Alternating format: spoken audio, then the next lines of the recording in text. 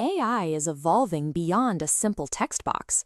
Software is transitioning from merely answering questions to executing multi-step tasks independently on your behalf. Google is rebuilding its entire hardware and software stack to support this change, ranging from specialized TPU processors in the data center to audio-enabled smart glasses for daily use. The basic interaction model is changing. Instead of prompting for information, users are now delegating complex workflows to autonomous systems that run continuously in the background.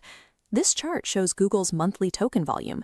Since 2024, processing demand spiked to 3.2 quadrillion tokens as users move to autonomous tasks.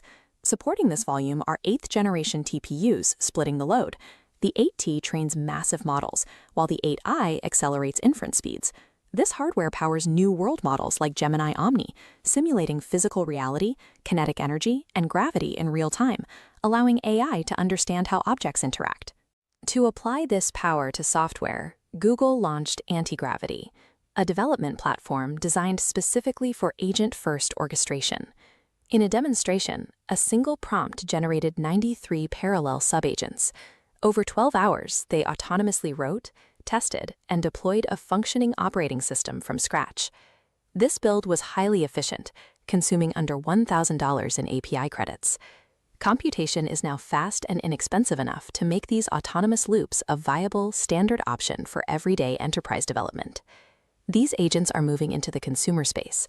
Personal cloud agents and new search interfaces now execute full workflows in the background while your devices are closed. This diagram shows how the Universal Commerce Protocol creates a secure transaction loop.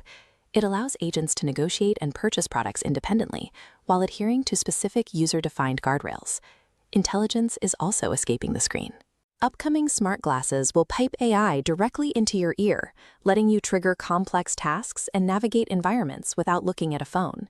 This image shows the coastal destruction caused by Category 5 Hurricane Melissa. AI simulation models like WeatherNext predicted this landfall 3 days early, providing the critical time needed for life-saving evacuations. AI has moved beyond the browser to actively influence both the digital economy and physical reality. Google's overarching strategy is clear. By establishing universal standards for code, commerce, and communication, they are positioning Gemini as a cross-platform operating system for every aspect of digital life.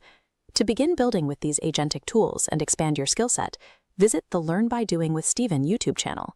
For deeper analysis of the infrastructure and models shown today, subscribe to the Steven Data Talk podcast on YouTube Music, Spotify, or your preferred platform. This is what modern AI agent development often looks like. A swarm of unmanaged processes constantly pulling at your codebase, getting in each other's way. You end up with what developers are calling a mass psychosis problem. Do you deploy 15 autonomous agents and hope they figure it out? Or do you step in and manually review every single line of code they produce? The solution to this chaos is not writing larger prompts, nor is it relying on black box frameworks to do the thinking for you. A reliable AI system requires rigid architecture. To achieve that reliability, you take a prototype into a production-ready state through a strict 4-level architectural maturity model. To stop building sloppy, unpredictable systems, you have to transition your mindset from a synchronous coder to an asynchronous engineering manager. Level 1 is the starting line. This is where you utilize standard agent frameworks like LangChain or Llama Index. If your goal is simply finding product-market fit, these tools are highly effective. You can deploy a functional prototype in under 30 minutes and prove your concept works. This diagram illustrates the limitation of frameworks. They function as opaque systems. An input goes in, an output comes out, and the internal execution steps remain completely hidden from the developer. That black box nature quickly becomes a liability. When you try to build a serious production application, you cannot open that box to customize the modularity of the system. A framework proves your idea is viable, but its rigid boundaries prevent you from applying the precise control required to scale that concept into an enterprise-grade product. To gain true control, you advance to level 2. Here, you abandon the framework and build the agent manually as a deterministic state machine. Stripped to its core, every reliable AI agent is a basic recursive while loop connecting predictable nodes. We can track the cycle. The system receives a user task, triggers a tool action, runs a completion tool, and exits at task complete. Once you have this structure, you encounter the second rule of Level 2, avoiding prompt bloat. There is a persistent fallacy that complex tasks require massive system prompts. As this visualization shows, giving a frontier model too many edge case instructions and complex if-else logic degrades its performance by causing sensory overload. Frontier models perform exceptionally well when you provide leaner, more direct instructions. By stripping away bloated prompt logic and locking the agent into a rigid, transparent loop, you drastically increase the predictability and success rate of the model. Rule 3 of Level 2 introduces a pseudo-RL testing pipeline using a command line interface. You build the agent so that other AI coding agents can easily interact with it via a continuous integration pipeline, allowing them to autonomously test, iterate, and modify the code. Rule 4 demands that human engineers dictate the high-level architecture. You never let a model determine the foundational state machine design. The final rule of Level 2 requires mastering API asymmetry, specifically regarding the reasoning traces generated by models like Opus and Gemini Pro. Look at this API compute loop. During test time compute, the API generates specific cache data, isolated reasoning traces nested inside the return payload. You must perfectly reformat them into an exact structural match before sending them back, or the API silently degrades the response quality. Ignoring the exact formatting requirements of API reasoning traces means you are artificially capping the performance of the most advanced models on the market. Once your architecture is sound, you reach Level 3, which addresses the primary temporal constraint. Complex agentic tasks require 8 to 10 minutes of test time compute. Because of this wait, your system is inference-bound. You cannot afford to wait synchronously for a single agent to finish its execution before starting the next task. To maintain high throughput, you must deploy multiple agents mutating the same source code simultaneously. This UI shows the optimal form factor for isolating states and managing parallel execution, a Kanban board, clearly dividing the workload. This interface turns you into an engineering manager. Instead of reading individual lines of code, you visually track which state machine loop each agent is currently executing. When an agent hits an ambiguity or needs approval, it automatically transitions its own card into the review column, waiting for your input. The Kanban layout serves as the essential interface required to prevent code collisions when orchestrating a fleet of autonomous, long-running state machines. The final bottleneck in this system is relying on your local machine to handle dependencies, UI testing, and environment setups. This sequence of server racks lighting up represents a massive parallel cloud infrastructure spinning up to handle heady asynchronous workloads. This is Level 4, migrating your Kanban-managed agents completely to the cloud. A cloud agent can execute a 60-minute automated task like manually clicking through a GUI without freezing your laptop's resources. Deploy complex tasks from your phone, let cloud machines iterate headlessly, and review the final pull request. True engineering scale is achieved only when execution environments are decoupled from local hardware, allowing fleets of agents to iterate continuously in the background. The architectural journey moves linearly, starting at a black box framework, manually building a recursive state machine, managing parallel execution via Kanban, and parallelizing it in the cloud. A disciplined system architecture combined with strict API handling will consistently outperform massive prompts and complex internal routing. As this pristine factory floor illustrates, the final state of disciplined agentic engineering operates completely smoothly and predictably. Escaping the chaos of AI slop requires a shift in perspective. You must stop treating models like humans who need verbose instructions and start treating them like raw compute engines requiring rigid, deterministic pipelines.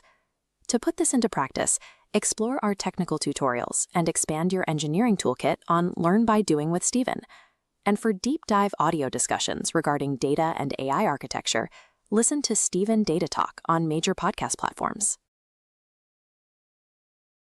You can build the most robust, highly indexed database in the world, and a single everyday human request will still cause it to fail entirely.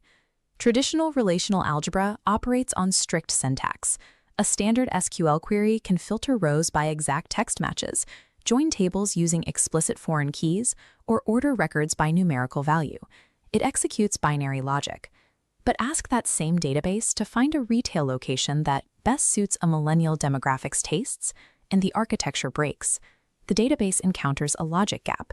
It possesses no worldly understanding of what millennial tastes actually means. It cannot process semantic nuance, evaluate qualitative text descriptions, or retrieve external context to satisfy the query. To bridge this gap, engineers have begun bolting large language models onto their databases, creating a hybrid approach known as semantic query processing. In practice, this integration is currently a chaotic assembly of ad hoc prompt engineering. Developers pipe raw table data into LLMs with unoptimized context windows, leading to severe token bloat, creating high latency and unpredictable data outputs. To build a truly stable semantic database, we have to stop treating the LLM as a chatbot. We must formally define its functions into a strict taxonomy of LLM-enhanced relational operators, or LROs, and optimize their execution through rigorous empirical benchmarks. We define an LLM-enhanced relational operator mathematically. It takes a relational data input and a natural language instruction, invokes an LLM to perform the reasoning, and outputs a strict materialized relational table. We organize these functions into a matrix. The vertical axis categorizes the operating logic: select, match, impute, cluster, and order. The horizontal axis tracks data granularity: cell, row, column, or table. Intersecting these explicitly defines operators like select column. Internally, the LLM select operator scans the entire schema of the table.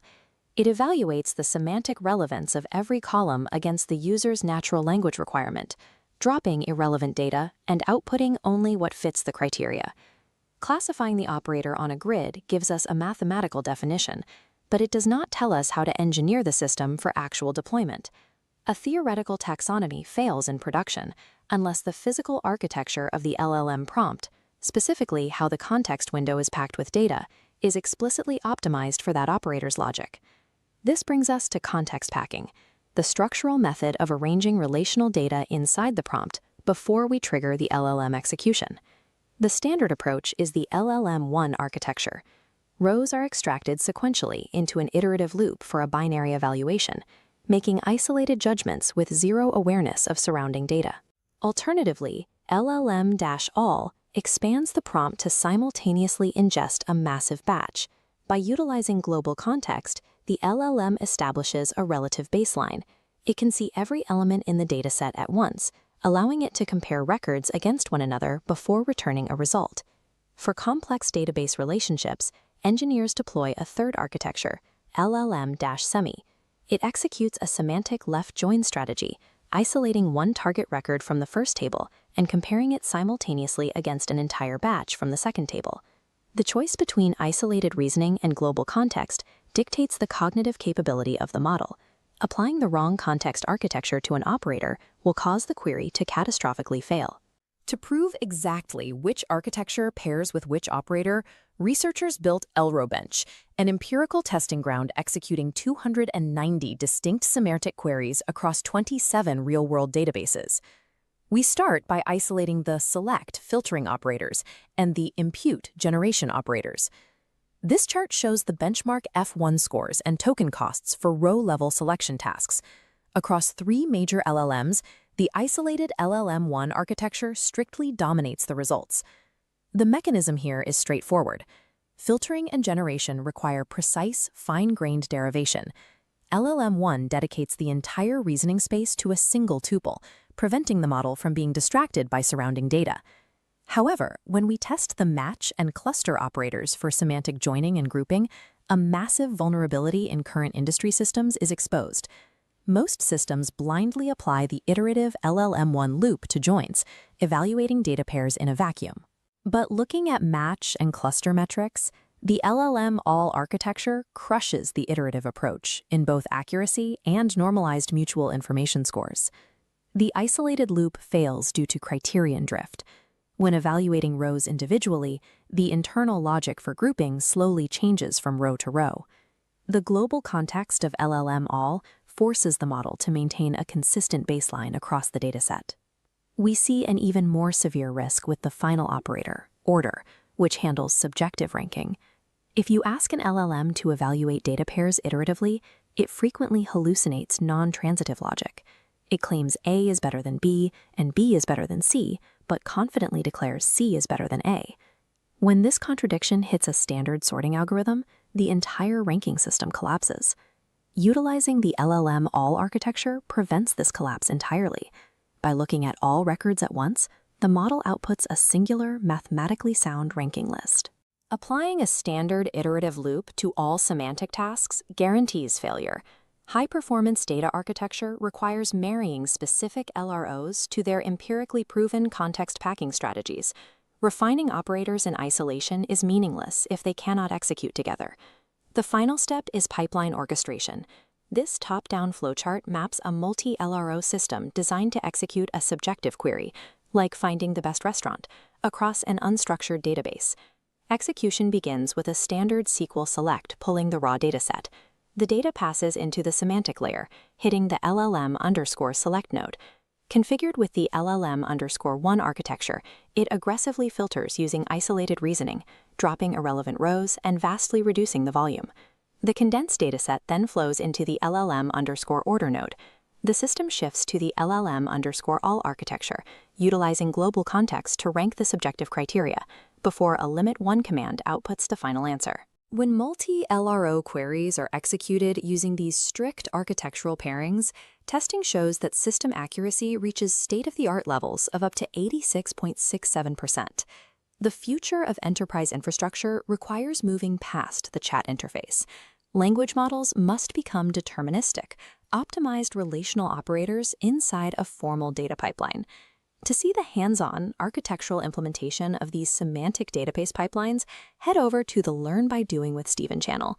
And for continued deep dives into data science theory and the shifting landscape of machine learning infrastructure, check out the Stephen Data Talk podcast. Full episodes are available right now on YouTube Music, Spotify, and all major platforms. You can find the links in the description below. Imagine you want a financial app to track your daily spending. You don't hand over your actual bank password. You grant the app permission to look at your data on your behalf. This flowchart shows how traditional software permissions handle that process using a framework called OAuth. OAuth is a standard security protocol that allows third-party applications to access your data without needing your password. It relies on a token that defines three distinct things: who the user is, what resource they want to access, and the exact conditions of that access, like read-only permissions. This model works perfectly because it happens during a single login. The token travels straight from the user to the bank, locking firmly into place to execute a known, specific request. Because the path is strict, limited, and perfectly predictable, the software operates safely. It executes authorized actions in the exact sequence it was programmed to follow. But modern software is moving past passive tools. We are entering the era of agentic systems, where AI acts autonomously, thinking and figuring out complex tasks on its own. These agents exhibit non-deterministic behavior. Non-deterministic means that if you give an AI the exact same task twice, it might choose a completely different path or set of steps to solve it the second time around. A rigid single login token breaks down entirely when an AI realizes it needs help and starts delegating subtasks to other independent AI agents. So, if the old straight-line rules fail, how do we establish safe boundaries and context for a machine that dictates its own workflow? To handle autonomous workflows, we have to build a multi-system architecture. Right in the middle of it all sits orchestration. Attached to this orchestration layer is a large language model, or LLM. An LLM is a type of artificial intelligence trained on massive amounts of text to recognize and generate human language. Here, it acts as the operational brain, figuring out the dynamic path forward. The orchestration engine delegates the work, branching out to trigger multiple, distinct AI agents simultaneously to handle different parts of your request. Those independent agents then connect to MCP servers. The Model Context Protocol is a standardized framework that allows AI models to securely connect to external data sources and tools, forming a vast active web of resources. Managing permissions in this sprawling, unpredictable network requires a massive amount of real-time information. A simple token verifying who and what falls completely short. First, the system requires situational context. It constantly scans the environment state, sweeping across the network to track exactly which components, tools, and agents are active and talking to each other. Second is resource context. Because the AI decides to use external tools autonomously, it has to instantly pull up and evaluate the specific read and write capabilities and the strict limits of every tool it touches. Third, we look at user context. This split screen highlights that a valid login is only the starting line. The system evaluates variables like whether you are an employee working from the corporate office or logging in from your living room, dictating what data the AI is allowed to fetch. Fourth is model context. The orchestration layer identifies precisely which LLM is active and what specific task that model has been fine-tuned to accomplish in that exact moment. Finally, there is task history. The system acts as a memory bank, reviewing what you asked it in the past and verifying whether those previous paths delivered the correct response. By locking down these 5 variables, the environment, the resources, the user state, the models, and the history, an autonomous system can safely navigate a non-deterministic workflow. When agentic systems first emerged, the immediate reaction was to focus entirely on prompt engineering. We assumed that by typing frantically and crafting the perfect linguistic request, we would get the perfect answer. The most elegantly written prompt will fail if the AI has no understanding of the tools it is allowed to use, the state of the network, or the history of the user asking the question. To get accurate, safe results, we have to build a new layer around the prompt. We call this context engineering. Context engineering means taking the variables we mapped out and actively injecting them into the system. You supply the environment state and the task history to guide the AI's behavior before it even begins to process your words. We are moving beyond simply asking computers questions. We are actively engineering the environments in which they think. Mastering context is the necessary next step for anyone looking to build, control, or work alongside autonomous multi-agent systems. If you want to get into the technical weeds and start building these skills yourself, check out the Learn by Doing with Steven YouTube channel.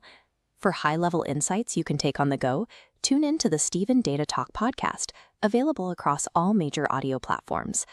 All the links you need to master agentic context are in the description below. Thanks for watching.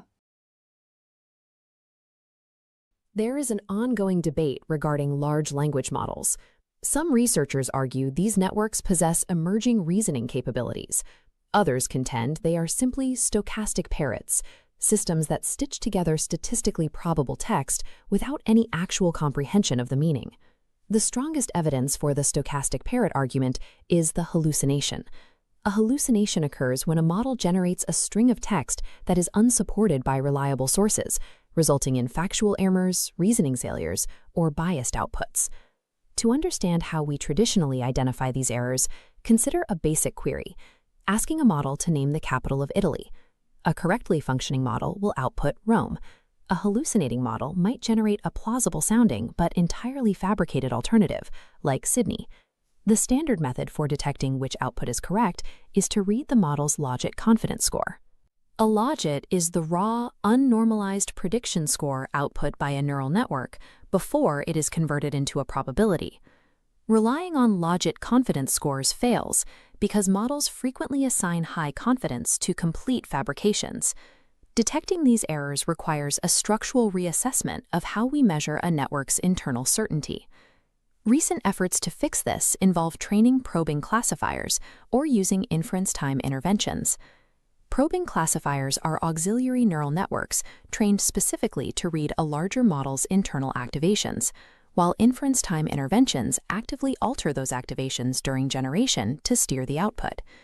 Researchers testing these trained probes quickly identified a structural limitation. They overfit to their specific training data.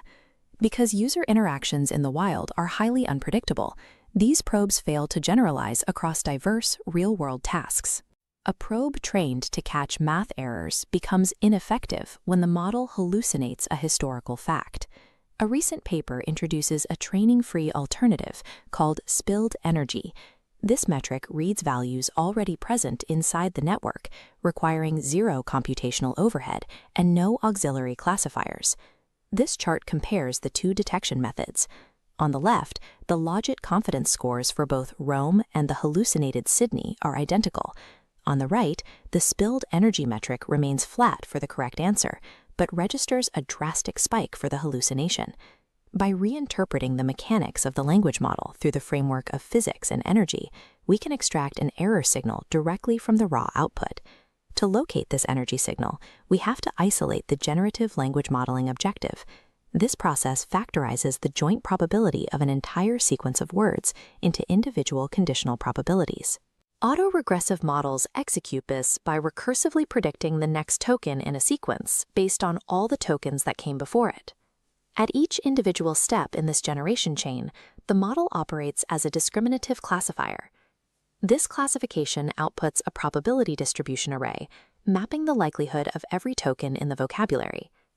Zooming into a single time step reveals the exact mathematical function creating this distribution, the softmax layer. It normalizes raw logits so all values sum exactly to 1.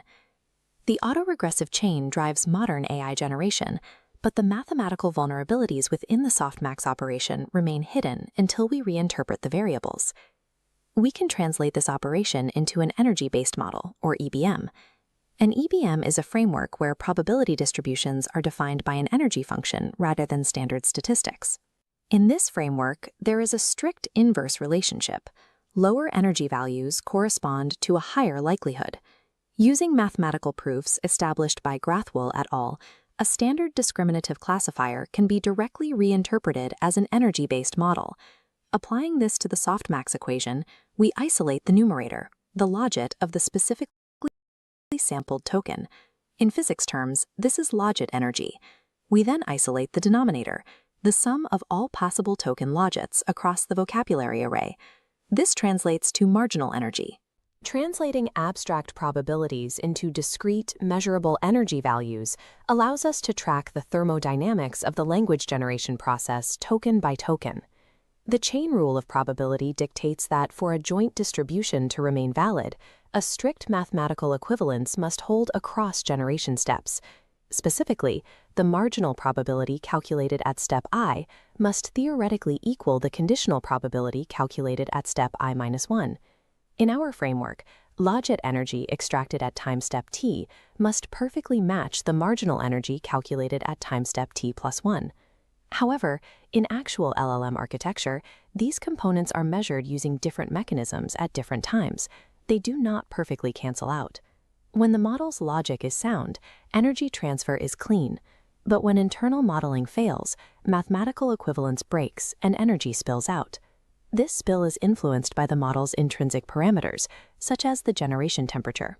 Temperature is a setting that controls output randomness by scaling the raw logits before the softmax function processes them. Scaling the temperature to infinity drives the logits towards 0. This destroys the physical energy balance and forces the spilled energy to accumulate mathematical error. Spilled energy is an inescapable mathematical byproduct. Because it scales with internal discrepancy, it provides a precise indicator when the model's predictive output is no longer grounded in its established joint distribution. The sensitivity of this energy discrepancy can be verified by moving from theoretical physics to controlled mathematical benchmarking. Researchers prompted several state-of-the-art models to solve 14-digit arithmetic problems. They then deliberately injected random numerical errors into the model outputs to test detection rates. These injected errors were grouped into 3 tiers: easy errors with massive offsets, medium errors requiring closer inspection, and hard errors featuring offsets as small as 1 or 2 digits, making them highly plausible. This chart shows the distribution of correct and incorrect answers across the 3 difficulty tiers. Across all error ranges, the spilled energy metric establishes a clear vertical threshold that separates the correct outputs from the incorrect ones. Standard detection baselines like logic confidence identified the easy errors, but failed to isolate the subtle miscalculations in the hard tier. In a strict mathematical environment, tracking the energy discrepancy between time steps operates as a highly accurate anomaly detector for model failure. Moving past synthetic math, the metric was evaluated on open-domain natural language benchmarks, including Trivia QA and Hotpot QA, where errors arise organically through reasoning failures. This table compares the cross-task performance of spilled energy on Llama 3 against heavily trained probing classifiers. The standard probes generalize poorly, hovering near 62%. Spilled energy consistently identifies the exact hallucinated answers in the 80 to 90% range on specific reasoning tasks. Spilled energy maintains discriminative power across different datasets because it measures a violation of the probability chain rule, rather than relying on patterns memorized from a specific set of training data. The metric does have a known limitation. It occasionally triggers false positives on tokens with naturally high entropy. Entropy is a measure of uncertainty or randomness within a probability distribution. Punctuation marks, or the very first word of a new sentence, naturally spread probability mass across many plausible options. This spread inflates the spilled energy value, even when the model is generating factually correct text. To mitigate this, the extraction must be strictly localized to the exact answer span, filtering out the structural noise and measuring the energy only on the tokens carrying semantic weight. Reinterpreting the softmax layer as a series of interacting energy-based models unlocks a mathematically principled zero-overhead mechanism to identify the exact tokens where the probability chain rule fails during generation.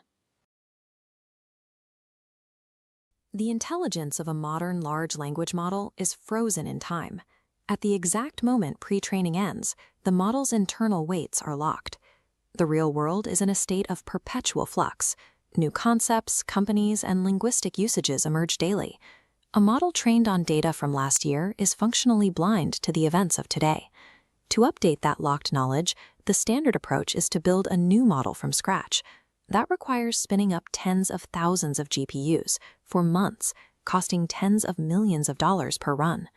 Without a structural mechanism to dynamically update weights, training large models remains a series of expensive, one-off events. Relying on periodic resets is physically and financially unsustainable. The engineering solution is continual learning, or CL. This approach allows a model to sequentially learn new domains and end tasks, incrementally updating its internal weights without starting over. But continual learning faces a severe obstacle known as catastrophic forgetting. When a neural network is trained on new data, those new weight updates actively overwrite and erase the capabilities it previously acquired.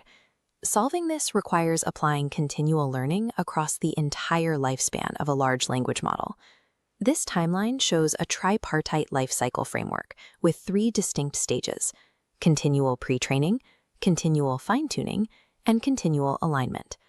Across all stages, engineers face the plasticity-stability dilemma, remaining plastic enough to absorb new information, but stable enough to retain prior expertise.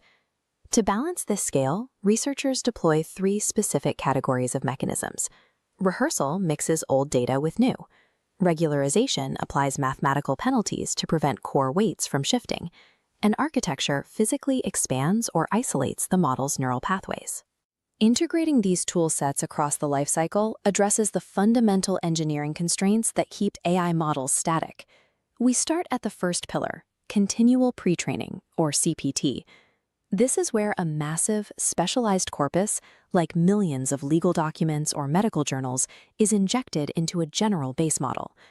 The primary risk here is that flooding the model with hyper-specific terminology can aggressively overwrite the general language logic it originally learned. The first strategy to mitigate this is rehearsal. Instead of training exclusively on the new domain, engineers mix a precise ratio of the original general pre-training data back into the new data stream.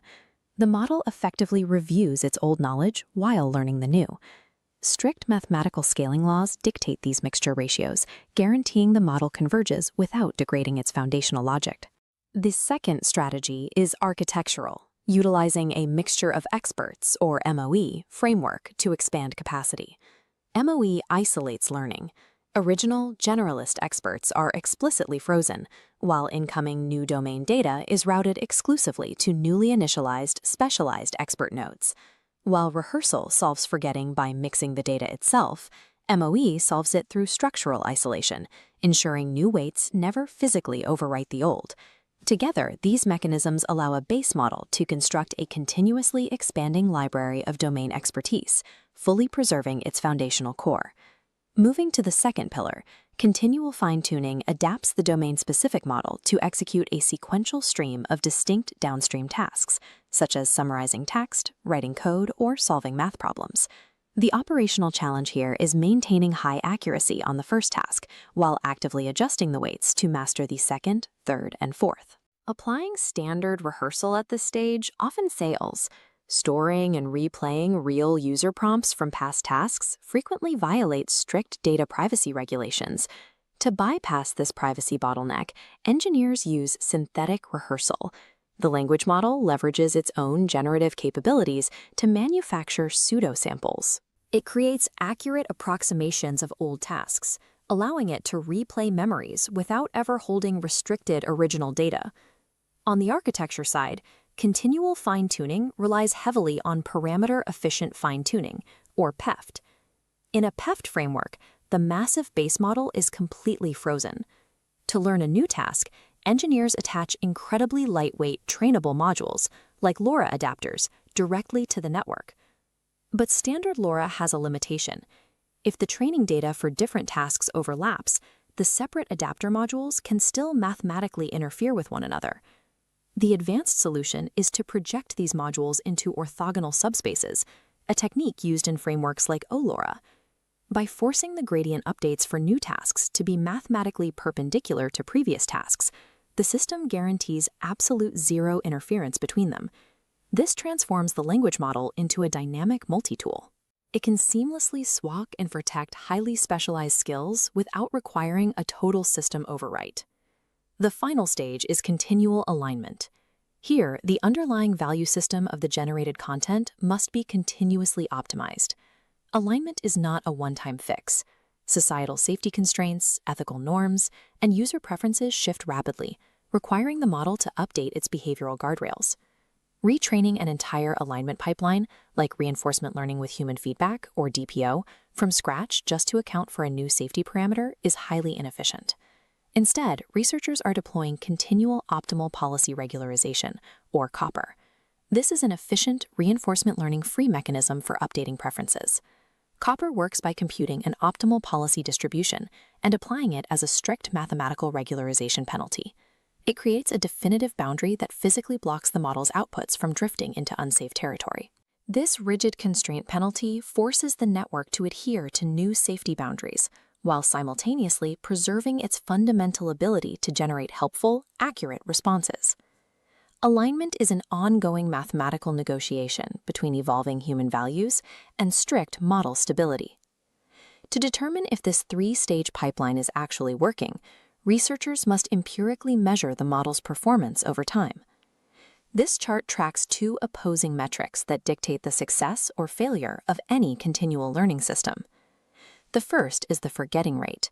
This measures pure degradation on old datasets. The architectural goal is driving this line downward until it reaches an absolute zero baseline.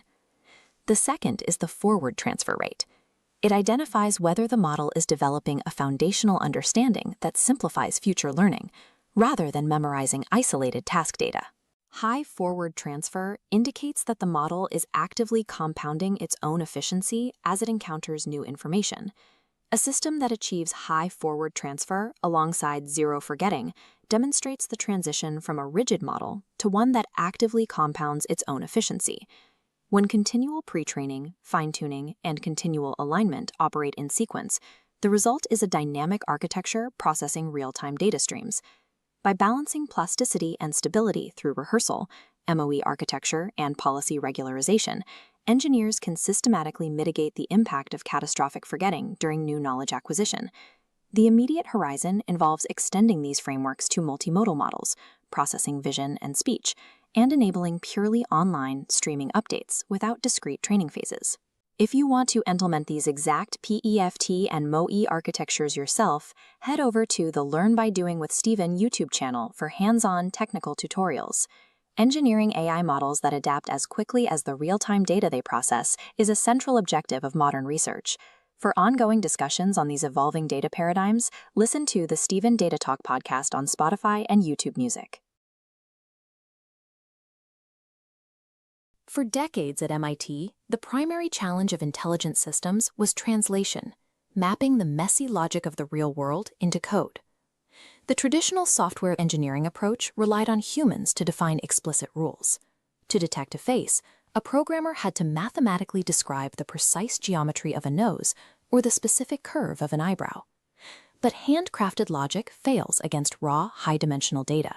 There are simply too many variations in light, angle, and texture to program every possible rule. Deep learning addresses this by removing the human from the feature engineering process. Instead of following a set of predefined rules, the system ingests raw data and learns to identify the most relevant patterns on its own. It manages this complexity by routing information through layers of interconnected artificial neurons. Creating one of these models requires a specific sequence, architecting the network's physical structure, mathematically optimizing its weights, and applying constraints for real-world generalization. Moving past the industry terminology requires mastering the technical mechanics of this three-part engineering pipeline. The foundational math behind these networks has been available for decades, but it remained largely theoretical for years. These models are computationally hungry. They only became viable due to the recent explosion of pervasive digital data needed to train them. Data provided the material, but the physical catalyst was the graphics processing unit, or GPU. Because GPUs are designed to run thousands of parallel processing streams, they are a perfect match for the massive matrix multiplications required by neural networks. While data and hardware provide the fuel and the engine, the actual intelligence of the system is driven by the mathematical architecture. The fundamental building block of any neural network is the perceptron, a single artificial neuron. A perceptron calculates the dot product of numerical inputs against its internal weights. It adds a bias term to shift the output horizontally, providing flexibility. Finally, this sum passes through a nonlinear activation function, squashing the calculation into a single value. This nonlinear step is mandatory. If you combine only linear functions, the result remains linear, no matter how many layers you stack. Without nonlinearity, a network could only draw straight lines. It would be unable to map the curved decision boundaries that define real-world objects. It is the nonlinear activation function that ultimately gives the perceptron the raw capacity required to model high-level, real-world complexity. To build a full network, we stack these perceptrons into sequential hidden layers. In a process called forward propagation, raw inputs flow through these hidden layers to generate a final prediction. A new network starts with random weights. If asked to predict if a student will pass, it might guess 10%, even when actual data indicates 100%. To measure this error, we use a loss function. This formula quantifies exactly how far the network's prediction is from the ground truth. We choose the formula based on the task: softmax cross-entropy for probabilities and binary choices, and mean-squared error for predicting continuous numbers. The loss function provides the baseline metric. Without it, the network has no way to evaluate its performance or improve its accuracy. Optimization is the process of finding the specific configuration of weights that results in the lowest possible loss. Visualizing weight settings as a 3D map, an untrained network begins on a high-error peak. Gradient descent calculates the local slope to find up, then reverses it. Finally, the network takes a small downward step, governed by the learning rate. To compute the gradient across every weight in the network, we use an algorithm called backpropagation. Using the calculus chain rule, backpropagation starts at the output error and moves backwards through every hidden layer, calculating the exact adjustment needed for every weight. Backpropagation serves as the network's internal compass, iteratively guiding the weights down the loss landscape toward the most accurate solution. Calculating a gradient based on every single piece of data in a massive set is computationally infeasible on a per-step basis. On the other hand, calculating the gradient using only one data point is fast, but the results are too noisy to provide a clear path down the loss landscape. The engineering solution is mini-batch stochastic gradient descent. By processing a batch of roughly 32 data points at a time, the system gains a fast and relatively accurate approximation of the true gradient. This batching approach is specifically designed to leverage the parallel nature of GPUs, allowing the model to train at significantly higher speeds. Mini-batch SGD provides the practical middle ground that makes training large-scale neural networks possible. Minimizing loss is the goal. But if the network is too powerful, it may simply memorize the specific data points it was shown during training. This is overfitting. The model appears accurate in the lab, but because it has memorized the noise instead of learning the patterns, it fails when it sees data in the real world. To prevent this, we use regularization, a set of techniques that intentionally restrict the network to force it toward general solutions. The most common method is dropout. During each training step, the system randomly sets a portion of the neurons to 0. This blocks the network from relying on any single pathway, forcing it to learn redundant, robust representations of the data. By introducing these artificial constraints during training, we ensure the network remains functional, even when it encounters unfamiliar data. Because a neural network's capacity for optimization is so high, it will continue to lower its training loss as long as the hardware is running. We monitor this by comparing training loss against a separate test set. Training loss almost always continues to decay. However, there is a specific point where the test loss stops dropping and begins to rise. This indicates the model has started to overfit. Using a technique called early stopping, we halt the training at exactly this inflection point to preserve the model's ability to generalize. In deep learning, knowing when to stop the optimization is just as important as the optimization itself. The pipeline is complete. Data is processed through nonlinear perceptrons, optimized by backpropagation, and constrained by regularization and early stopping. Balancing these three requirements, architecture, optimization, and constraint, is what allows these mathematical systems to function as intelligent predictors. To see these architectures implemented in code, visit the Learn by Doing with Stephen YouTube channel. For deeper analysis of the evolving data systems that power these models, listen to the Stephen Data Talk podcast on any major platform.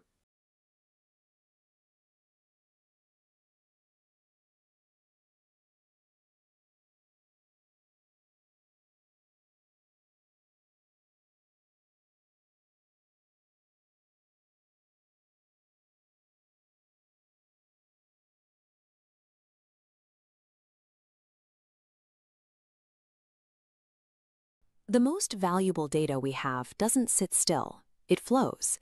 It's a continuous sequence of events where the order of the information matters just as much as the data itself. In global finance, predicting the next market movement is impossible without tracking the exact timeline of the millions of trades that preceded it. In medicine, the rhythm of a heartbeat recorded on an EKG is a sequence where a single disruption tells a critical diagnostic story. For years, the foundational tool was the feed-forward neural network. Data goes into input nodes, weight supply, and a prediction emerges.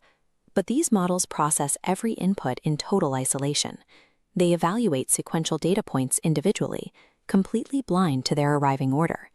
It's like trying to predict exactly where a moving ball will bounce next by looking at a single static photograph of it in midair. Without seeing its past trajectory, any guess is just random chance. To process sequential data, deep learning engineers had to find a way to force the concept of time into neural networks. But as the sequences grew longer, they would eventually realize that to build true artificial memory, they had to abandon the timeline altogether.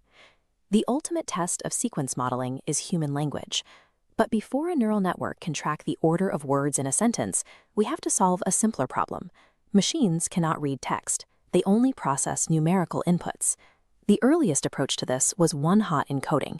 You create a massive dictionary of every known word and assign each word to a specific slot in an array of zeros, marked by a single 1. With a vocabulary of tens of thousands of words, you end up with massive, mostly empty vectors floating in space. It is computationally wasteful, and it tells the network absolutely nothing about what the words actually mean. The modern solution to this problem is called an embedding. Instead of tracking a giant binary grid, an embedding condenses that vast vocabulary down into a dense, continuous vector of numbers, mapped out in a multi-dimensional coordinate space. By mapping words this way, semantic meaning translates directly into geometric proximity. Concepts that are related, like deep and learning, naturally cluster close together in the mathematical space.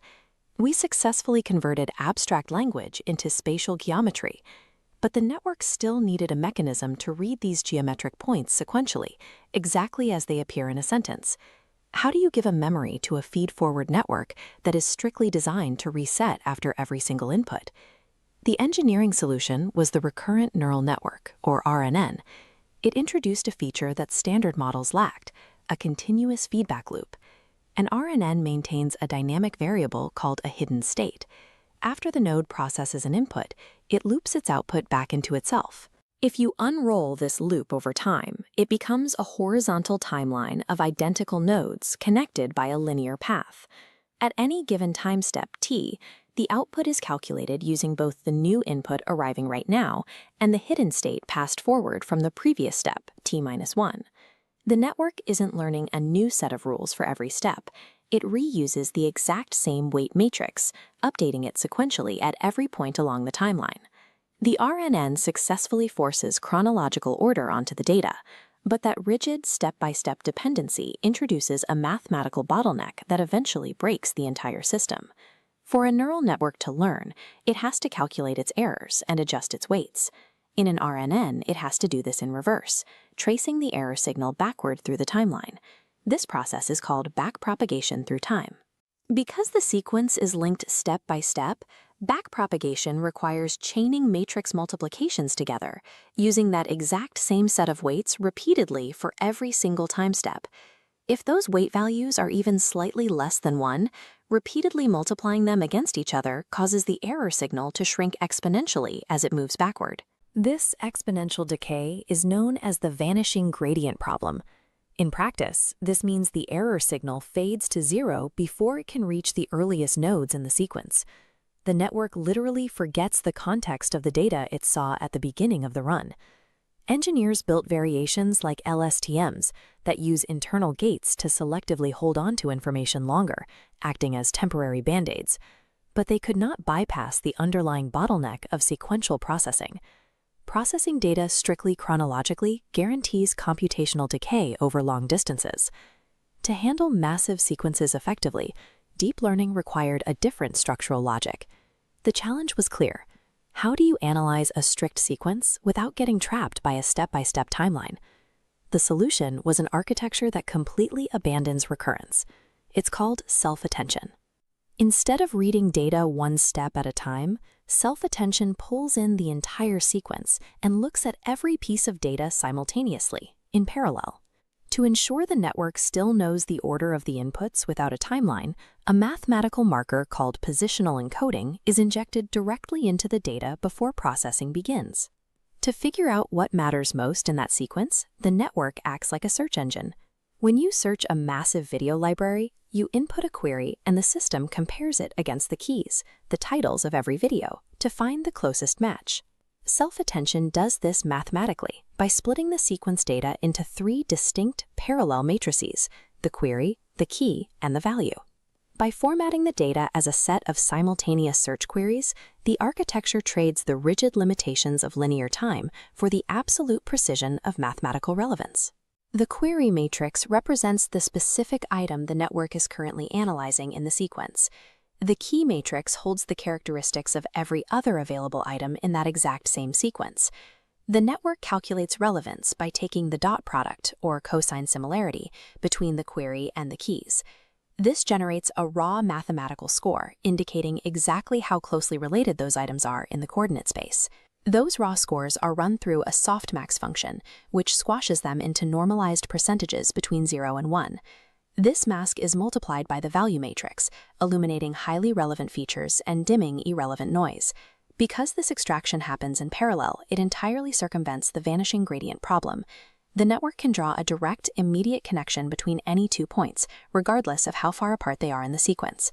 That entire operation, the query, key, and value calculation, represents just a single attention head. With multi-head attention, you clone this process, stacking the operations vertically. One head might evaluate syntax, another tracks semantic meaning, and another monitors long-term context, all in parallel, locking together to form the transformer architecture. This massively parallel attention architecture is the core engine running modern large language models and generative AI, and it extends far beyond text.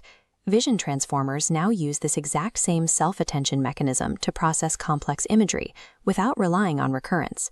In biology, attention models decode the complex sequences of life itself, using sequence data to accurately predict three-dimensional protein structures. Understanding these abstract mathematical architectures requires bridging the gap between theory and hands-on coding.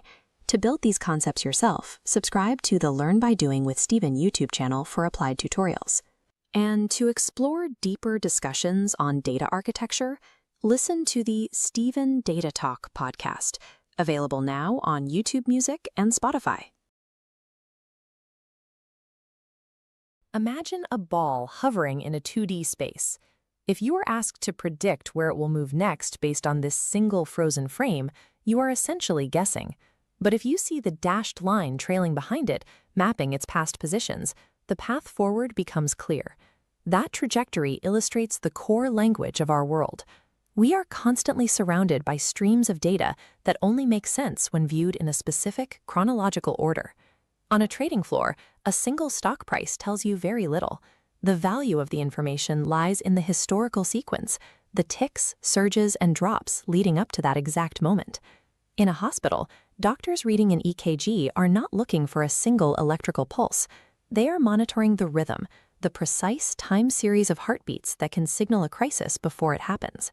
Early feed-forward neural networks struggled with this. They view data in isolated, timeless snapshots, attempting to calculate outcomes while blind to everything that occurred a second before. To build systems that grasp reality, researchers had to figure out how to weave the concept of a timeline into a static mathematical equation. The first major solution was the recurrent neural network, or RNN.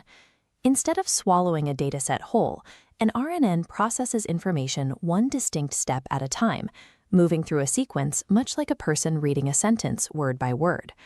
To maintain context, the RNN uses an internal memory bank called a hidden state. As each new piece of data arrives, the network updates this state and passes it forward to the next step. When the network reaches the end of the line, its final prediction is a product of both the current input and the accumulated memory of everything it processed previously. This architecture gave AI a working short-term memory. However, processing data through a strict, linear chain created a computational hurdle that would eventually limit the entire field.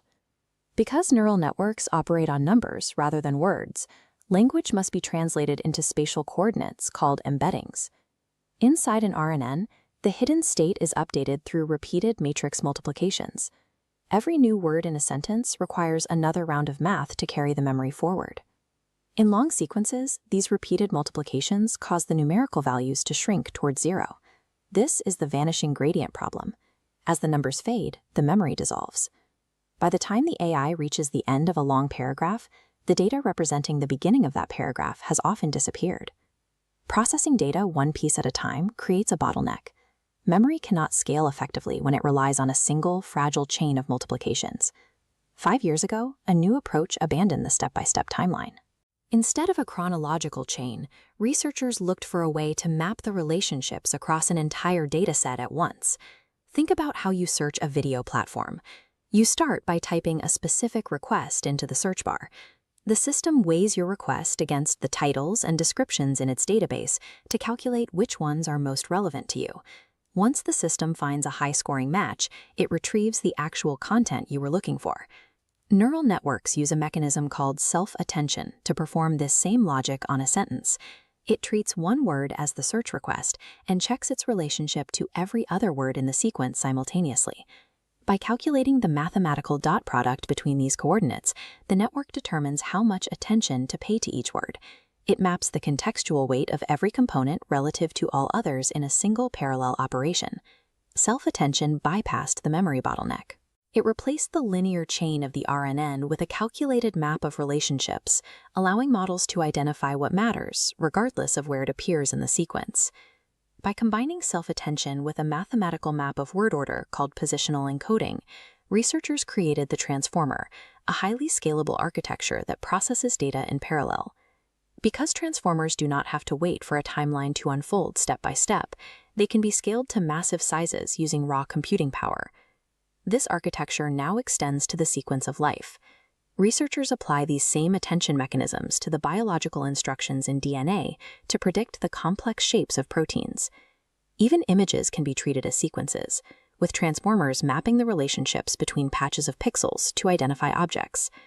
The shift from recurrence to attention demonstrates that parallel processing allows models to handle vast sequences that outstrip a step-by-step approach.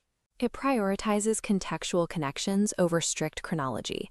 If you want to explore the mechanics behind these systems, there's much more to uncover in the world of machine learning. You can find practical breakdowns and deeper dives across my platforms. Follow Learn by Doing with Stephen, Stephen Data Talk, or Stephen Shuji-Montan to keep up with the latest. Visit the link tree in the description to join our community and start learning by doing. Thanks for watching.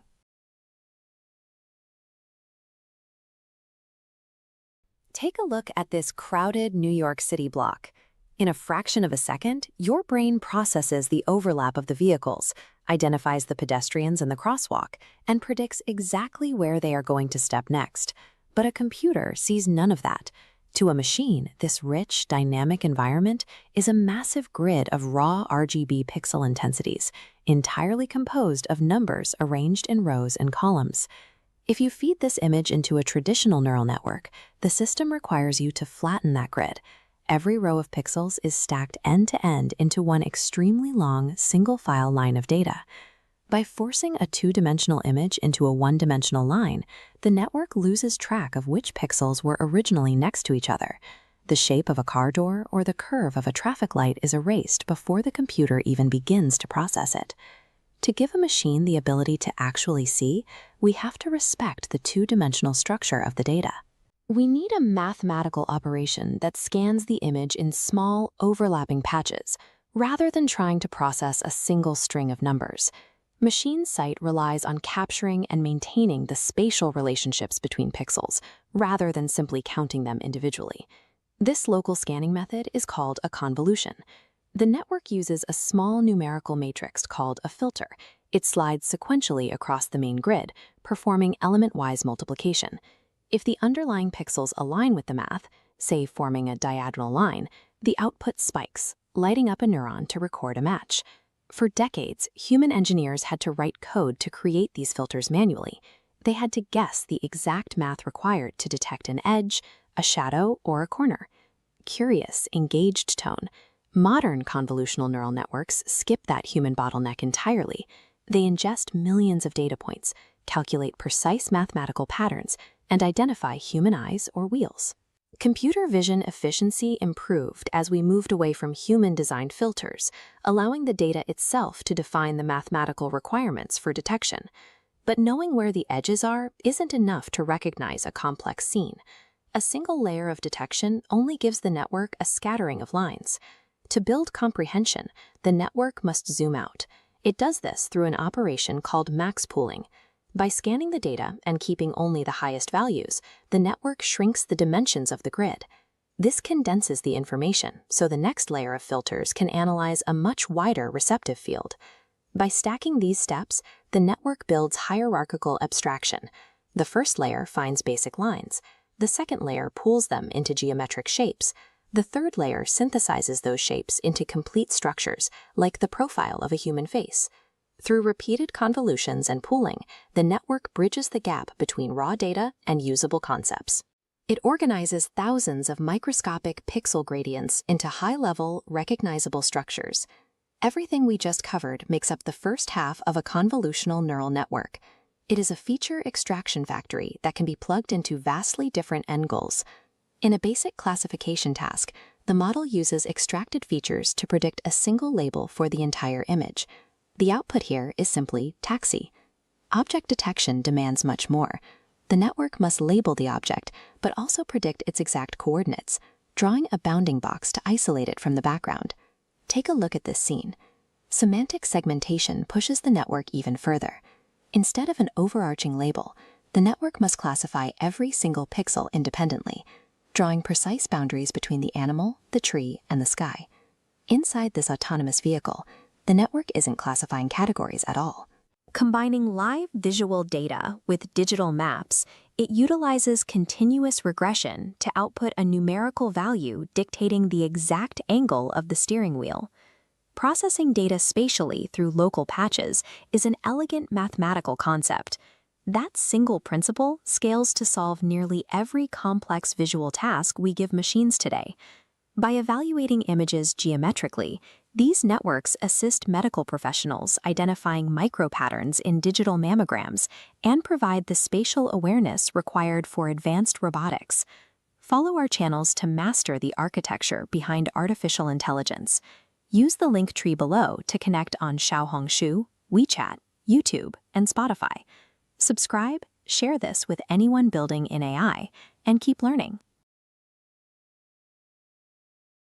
Take a close look at these three people.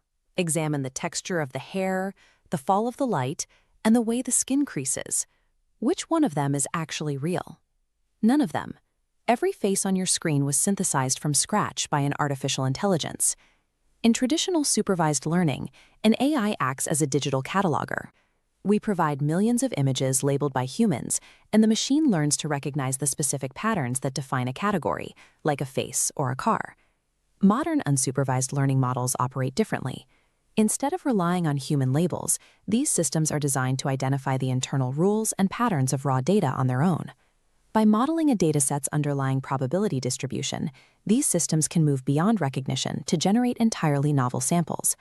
They learn the mathematical likelihood of where a pixel should be, allowing them to invent data that follows the same rules as the real world. To bridge the gap between identifying an object and creating one, computer scientists developed two distinct architectures, each operating on a different mathematical philosophy. The first path relies on latent variables. These are the invisible parameters that define a dataset, the specific tilt of a head, the shade of a skin tone, or the exact hair color. A classic autoencoder finds these variables by forcing an image through a mathematical bottleneck. It compresses the data into a dense vector of representative features. Then a second network tries to reconstruct the original image from that tiny fingerprint. However, a standard autoencoder is deterministic. Because it maps inputs to fixed points, it can only reproduce what it has already seen.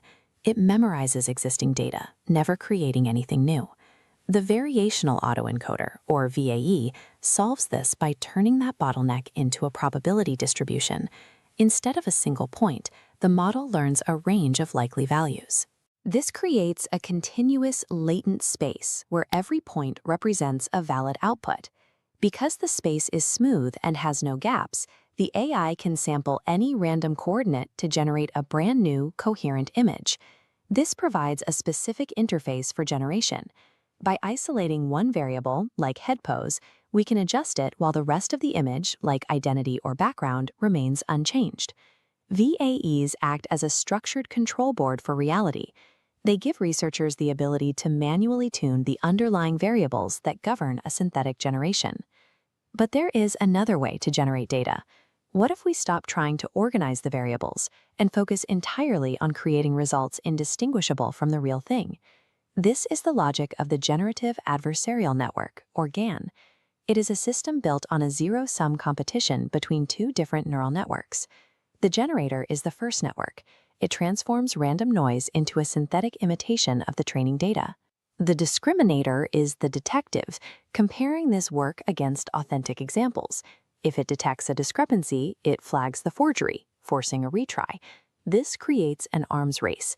Each time the discriminator patches a fake, the generator learns to improve its output. This continues until the forged data is so accurate that the discriminator can no longer tell the difference between synthetic and real. This adversarial approach has evolved into tools like CycleGANs.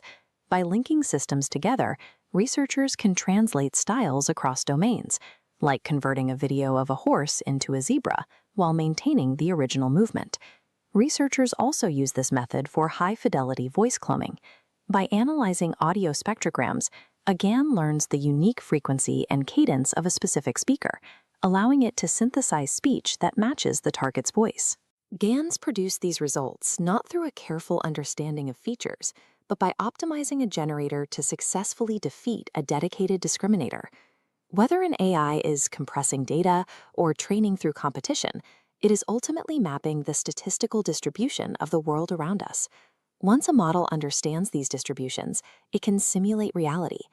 Autonomous systems use this logic to generate rare, dangerous outliers, like a pedestrian suddenly appearing from behind a car, to train their software before it ever reaches the road.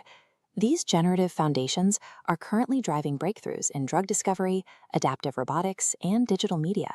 We have moved past teaching machines how to look at our world and have finally given them the tools to dream up their own. If you want to dive deeper into the neural networks and the mathematics of the modern AI landscape, join our community. Follow Learn by Doing with Stephen, 苏囊胜智, as well as Stephen Data Talk and Stephen 数据难谈 on 小红书, our official WeChat account, YouTube, and Spotify. Check the show notes for the Linktree URL at linktree.ee/learnbydoingwithstephen to subscribe and continue your learning journey. Traditional deep learning models are trapped inside a static digital sandbox. They can process millions of labeled photographs and reliably identify an apple. But if you drop that same AI into a physical, moving space, it has absolutely no idea how to interact with that object. To solve problems in the physical world, an AI needs to move past passive observation. It has to act, make mistakes, and learn from its surroundings. This process is called deep reinforcement learning. An agent acts in an environment. This action updates the state, returning a reward.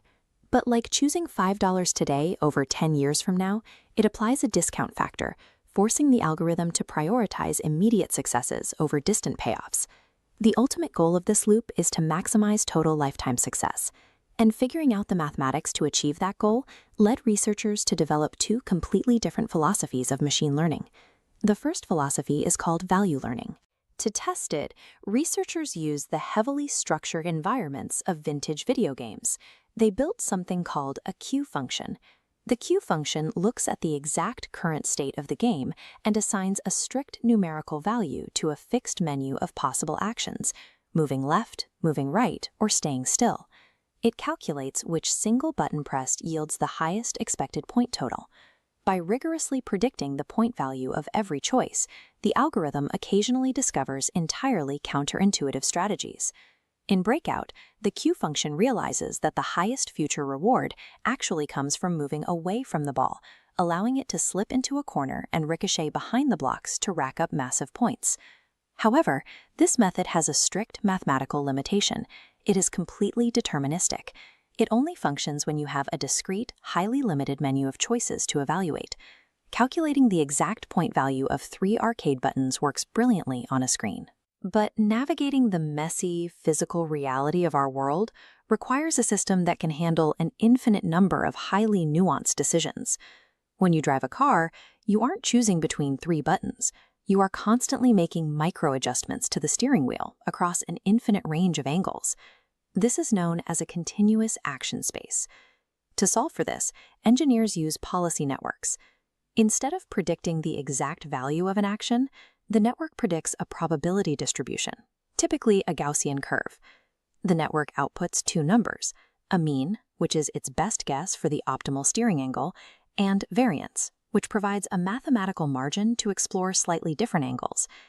The agent samples an angle from this curve and executes the turn. When the car invariably veers off the road, the algorithm runs a backpropagation sequence. It mathematically decreases the probability of the exact actions that led to the crash and increases the probability of the actions that kept the vehicle centered. This creates a major physical problem. In the real world, you cannot run an autonomous vehicle into a wall 10,000 times to collect failure data. The cost of reaching termination is too high. To bridge this gap, robotics labs at institutions like MIT build hyper-realistic physics simulators. The AI plays out its thousands of disastrous mistakes entirely inside a digital twin of our world. By directly shaping the probability of success inside this safe, simulated crucible, the system eventually learns to navigate continuous physical environments perfectly before it is ever installed into a piece of physical hardware. To see exactly what deep reinforcement learning is capable of, researchers applied it to Go, a strategy game containing more legal board positions than there are atoms in the observable universe. Google DeepMind conquered the game by fusing both learning philosophies together. First, a policy network looks at the board and drastically prunes the near-infinite search space down to a handful of high-probability optimal moves. Then, the second half of the brain, the value network, takes over. It immediately calculates an aggregate win percentage for those few remaining paths, eliminating the need to simulate the game all the way to the final move. This solved a massive problem in strategy games. In matches like chess or Go, the reward signal is incredibly sparse. A player might make a brilliant structural move in hour 1, but they won't receive the actual reward of winning the game until hour 4. DeepMind's value network provided instant mathematical feedback for every individual step. Eventually, the engineers stopped showing the algorithm human gameplay data entirely. The agent started with a blank slate, playing millions of matches against itself, learning exclusively from the sparse rewards of its own digital victories and defeats. It developed strategies that grandmasters had never documented. This marked the point where the models stopped mimicking historical human behavior and used interaction and exploration to surpass human logic on their own. Understanding the math behind value networks and policy gradients is one thing, but actually building these architectures yourself is the logical next step. If you're ready to get your hands dirty, head over to the Learn by Doing with Steven YouTube channel. You'll find practical, step-by-step tutorials to start writing the code that powers these AI environments. And if you want to explore the data models that make these algorithms possible, check out the Steven Data Talk podcast, available on Spotify and YouTube Music. All the links you need to start building are down in the description. Thanks for watching. In 1989, deep learning was defined by the Universal Approximation Theorem. It states a single hidden layer neural network can approximate any continuous function. The model recalculates its internal weights to thread the needle, mapping any input to any continuous output without error. However, while these networks possess the mathematical capacity to perfectly map any function, they often fail when transitioning from a controlled dataset to the noise of the real world. This occurs because the raw computational power required to fit any curve also enables a network to memorize its training data. This creates a system that is mathematically precise during training, but structurally fragile during deployment. Modern generative architectures employ structural workarounds to these foundational flaws, moving beyond the limitations of single-shot function approximation. The theoretical capability to learn any mapping is tied to the risk of memorizing noise over signal. Addressing this required changing how we structure deep learning tasks. Researchers took a standard image dataset and completely randomized the labels. A cat labeled a truck, a dog a plane. Despite having no semantic meaning, the network achieved near 100% accuracy on this training set, while test accuracy flatlined. The model did not recognize visual features or semantic concepts. It operated as a function approximator, finding a maximum likelihood estimate, memorizing the random noise to reduce its error to 0. This creates a rigid internal representation. When the network encounters out-of-distribution, or OOD data, inputs falling outside the precise coordinates of its memorized training set, the mapping breaks down. We see this in simple tasks, like training a network to colorize photos. Models will color the closed mouths of dogs pink because they over-indexed on training images where dogs had their tongues out. In high-stakes environments, OOD data leads to fatal errors. An autonomous vehicle recently swerved into a concrete barrier because that specific barrier was not present in the original training data. The model encountered a novel object and failed to resolve it. In these OOD scenarios, standard deep neural networks lack the architecture to calculate or express their own uncertainty. Standard deep learning maps inputs to outputs without a mechanism for self-correction. A model that memorizes its training data remains blind to the gaps in its own knowledge. Mathematical rigidity exposes adversarial vulnerability. Normally, we lock input data and shift internal weights to minimize loss. Adversarial attacks invert this, freezing weights and unlocking the input. A microscopic perturbation maximizes the network's error. By perturbing the input along the gradient, we force the network to assign an incorrect classification while maintaining maximum statistical confidence in that error. These vulnerabilities extend to the physical world. Researchers used a 3D printed turtle with a mathematically engineered surface pattern to trick computer vision models into classifying it as a rifle. Adversarial fragility is a mathematical consequence of relying on single-shot function mapping to process complex data. To bypass the memorization trap, modern generative architectures move away from single-shot generation. This shift is evident when comparing older frameworks like VAEs and GANs against diffusion models. Older models attempted to map from a compressed latent space directly to a final image in one pass. This was often unstable, frequently resulting in mode collapse, where the network produced only average, repetitive outputs. Diffusion models replace that mechanism with a sequence of careful iterative steps, beginning with what we call a forward process. We take a source image and incrementally add layers of random Gaussian noise until the image is pure static. This forward process is a simple mathematical decay that requires no training.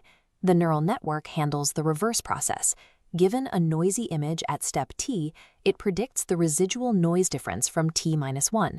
We optimize this using a mean squared error loss function, comparing the predicted noise against the actual noise added. Once trained, we feed pure random noise into this reverse loop. The network iteratively subtracts noise step by step, allowing it to produce diverse, high-fidelity generations.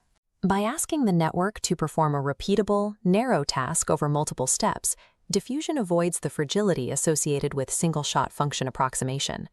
This iterative framework also applies to natural language processing. A large language model first performs tokenization. Raw text breaks into discrete blocks, encoded into numerical sequence IDs. The objective is autoregressive next token prediction. Given a sequence of tokens, it outputs a probability distribution for the next token. Because the training data consists of vast amounts of existing text, the data provides its own labels. This allows for massive, self-supervised training without manual annotation. The network's weights are optimized by calculating the cross-entropy loss between its predicted probabilities and the actual token found in the training document. As these models scale in parameter count and training data, we see step changes in their ability to handle complex tasks. The same next token prediction loop begins to generate coherent code, structure complex logic, and perform cross-lingual translation. These capabilities suggest that while the underlying objective is simple, the sheer scale of the prediction loop allows the model to capture deep patterns within human language. We can now connect the OOD data boundaries, the denoising timelines of diffusion, and the autoregressive sequences of language models back to the universal approximation theorem. The current frontier circumvents the vulnerability of single-shot memorization by adopting stepwise iterative optimization across both vision and language tasks. Even with these improvements, deploying these models in real-world scenarios still carries risks. Several frontiers remain unsolved. The field is still working to mitigate hallucinations, calculate explicit model confidence, and enable long-term logic planning. You can experiment with these concepts and build these architectures yourself on the Learn by Doing with Stephen YouTube channel. For ongoing discussions on the theoretical boundaries of machine learning, subscribe to the Stephen Data Talk podcast on Spotify and YouTube Music. Machine learning is no longer limited by the basic math of approximation, but by our ability to refine the sequences that guide its outputs. If you used an early smartphone, you remember the autocomplete feature, that little bar above the keyboard guessing your next word. Today, we have AI passing the bar exam and writing complex software. However, beneath the hood, that old autocomplete and today's high-performing AI operate on the same base technology. This process is called autoregressive decoding. You start with a text stem, like to be or not to. The model predicts a single word next, be.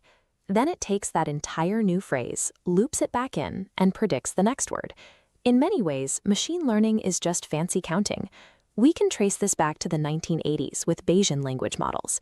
If you feed one of these models the phrase, it was the, it looks back at its training data to count what words followed that exact sequence. It builds a probability dictionary. It might calculate a 33% chance the next word is H and a 16% chance it's worst. The model then randomly samples from this list to pick the next word. There is no consciousness or deep comprehension happening here.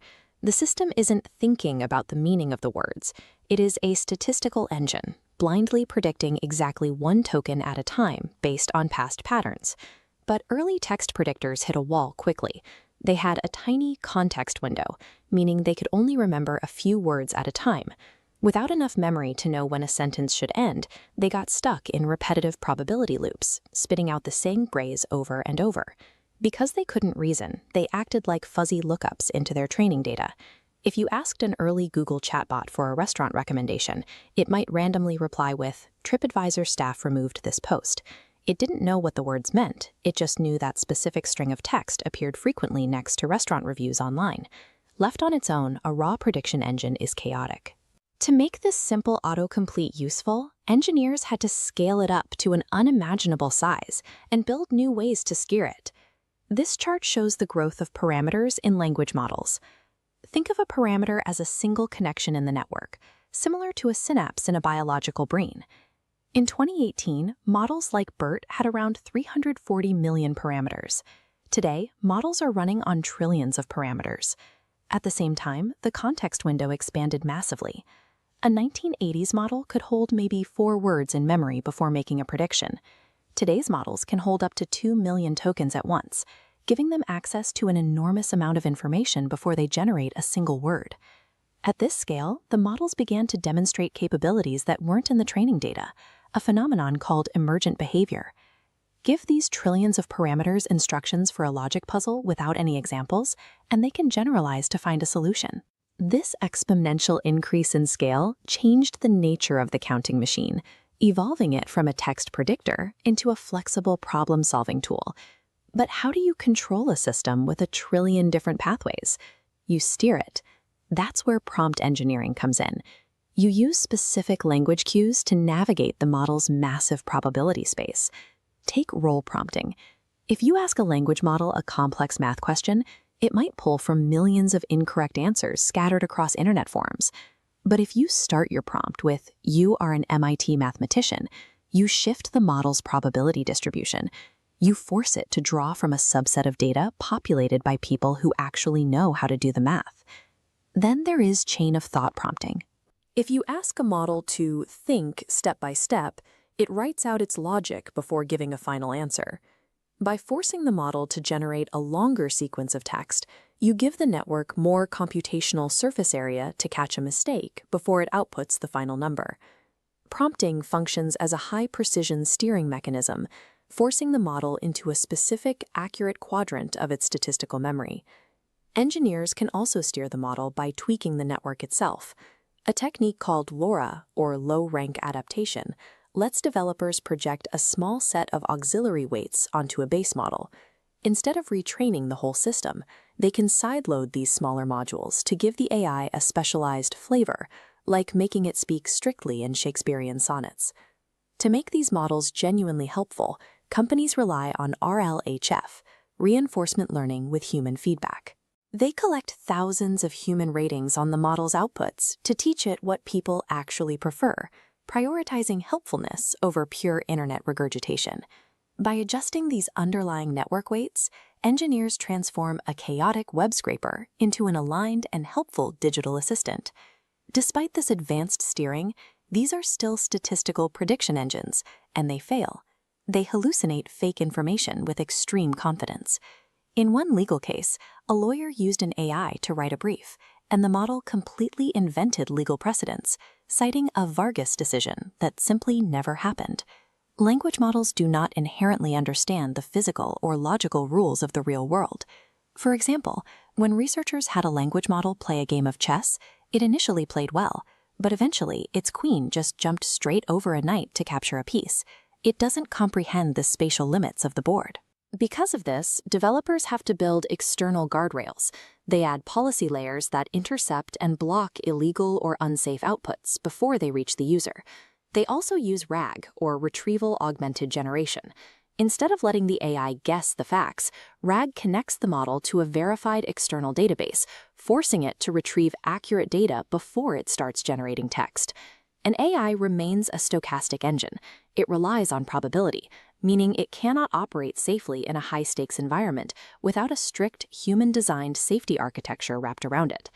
The focus is now shifting from models that simply generate text to agentic workflows, systems where AI uses planning and external tools to impact the world. In the React framework, the model is prompted to cycle through a specific loop. It reasons about a complex problem. takes a concrete action to test a hypothesis, like searching for a specific film's release date, observes the result, and adjusts its plan to solve the puzzle. With techniques like toolformer, the AI learns to pause its own text generation when it hits a gap in its knowledge. It writes a command to an external API, like running a calculator, and then injects that factual result right back into its response. By integrating reasoning loops and external APIs, the predictive engine transitions from a passive text generator into an active component capable of executing multi-step tasks.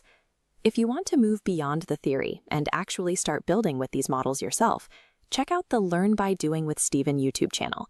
You can also listen to deep dives on the Stephen Data Talk podcast, available on YouTube Music and Spotify. Understanding how prediction actually works allows you to use these tools effectively as they become integrated into every layer of our digital lives. Training a massive neural network on trillions of tokens produces a base statistical engine optimized for next token prediction. This model excels at completion, but it lacks the internal instructions required to function as a responsive assistant. These base models contain an astonishing amount of latent knowledge, yet they lack structural constraints and conversational state awareness, which often leads them to repeat user questions rather than answering them. To transition from raw prediction to a reliable agent, engineers move the model into post-training, a rigorous phase that imposes logic and human alignment onto the statistical engine. We are going to examine the architectural blueprint of this process, building the complete post-training pipeline step by step. This construction involves data curation, supervised fine-tuning, preference alignment, model merging, and a methodology for scaling compute during inference. While pre-training builds the raw cognitive engine, post-training installs the steering wheel and pedals. The post-training pipeline requires a fraction of the data used in pre-training. We move from trillions of tokens to tens of thousands of high-fidelity examples, shifting the engineering bottleneck from volume to absolute quality. Data is filtered through three vectors: accuracy, verified by code solvers, and the diversity of the samples. Over-reliance on synthetic data generated by other models causes a collapse in embedding diversity. To maintain a broad range of capabilities, the dataset must include varied, human-sourced interaction patterns. This photo of the Eiffel Tower represents a typical low-complexity prompt. How tall is the Eiffel Tower? To train a useful assistant, we must evolve this into a high-complexity instruction, asking the model for a multi-step response that includes structural history and metric conversions. Once curated, these Q&A pairs are mapped into a rigid state machine structure, known as a chat template. Engineers inject specific system tokens into the text, labels like mstart, user, and assistant, to teach the model exactly where conversational boundaries exist. Without these strict templates and a diverse dataset, the model cannot distinguish between its own internal state and the user's input. To inject specific domain knowledge and formatting rules into the weights, we use supervised fine-tuning, or SFT. Retraining every parameter of a 70 billion parameter model is computationally expensive. It requires enough video RAM to store the frozen weights, active gradients, and optimizer states simultaneously. This shows the industry standard for reducing that load: low-rank adaptation, or LoRa. The process freezes the main network nodes and attaches two small active matrices. Only these are updated, reducing trainable parameters to 0.5%, drastically lowering hardware requirements. For single GPU environments, engineers use QLoRa, which compresses the frozen base weights into 4-bit precision to fit the model into consumer-grade memory.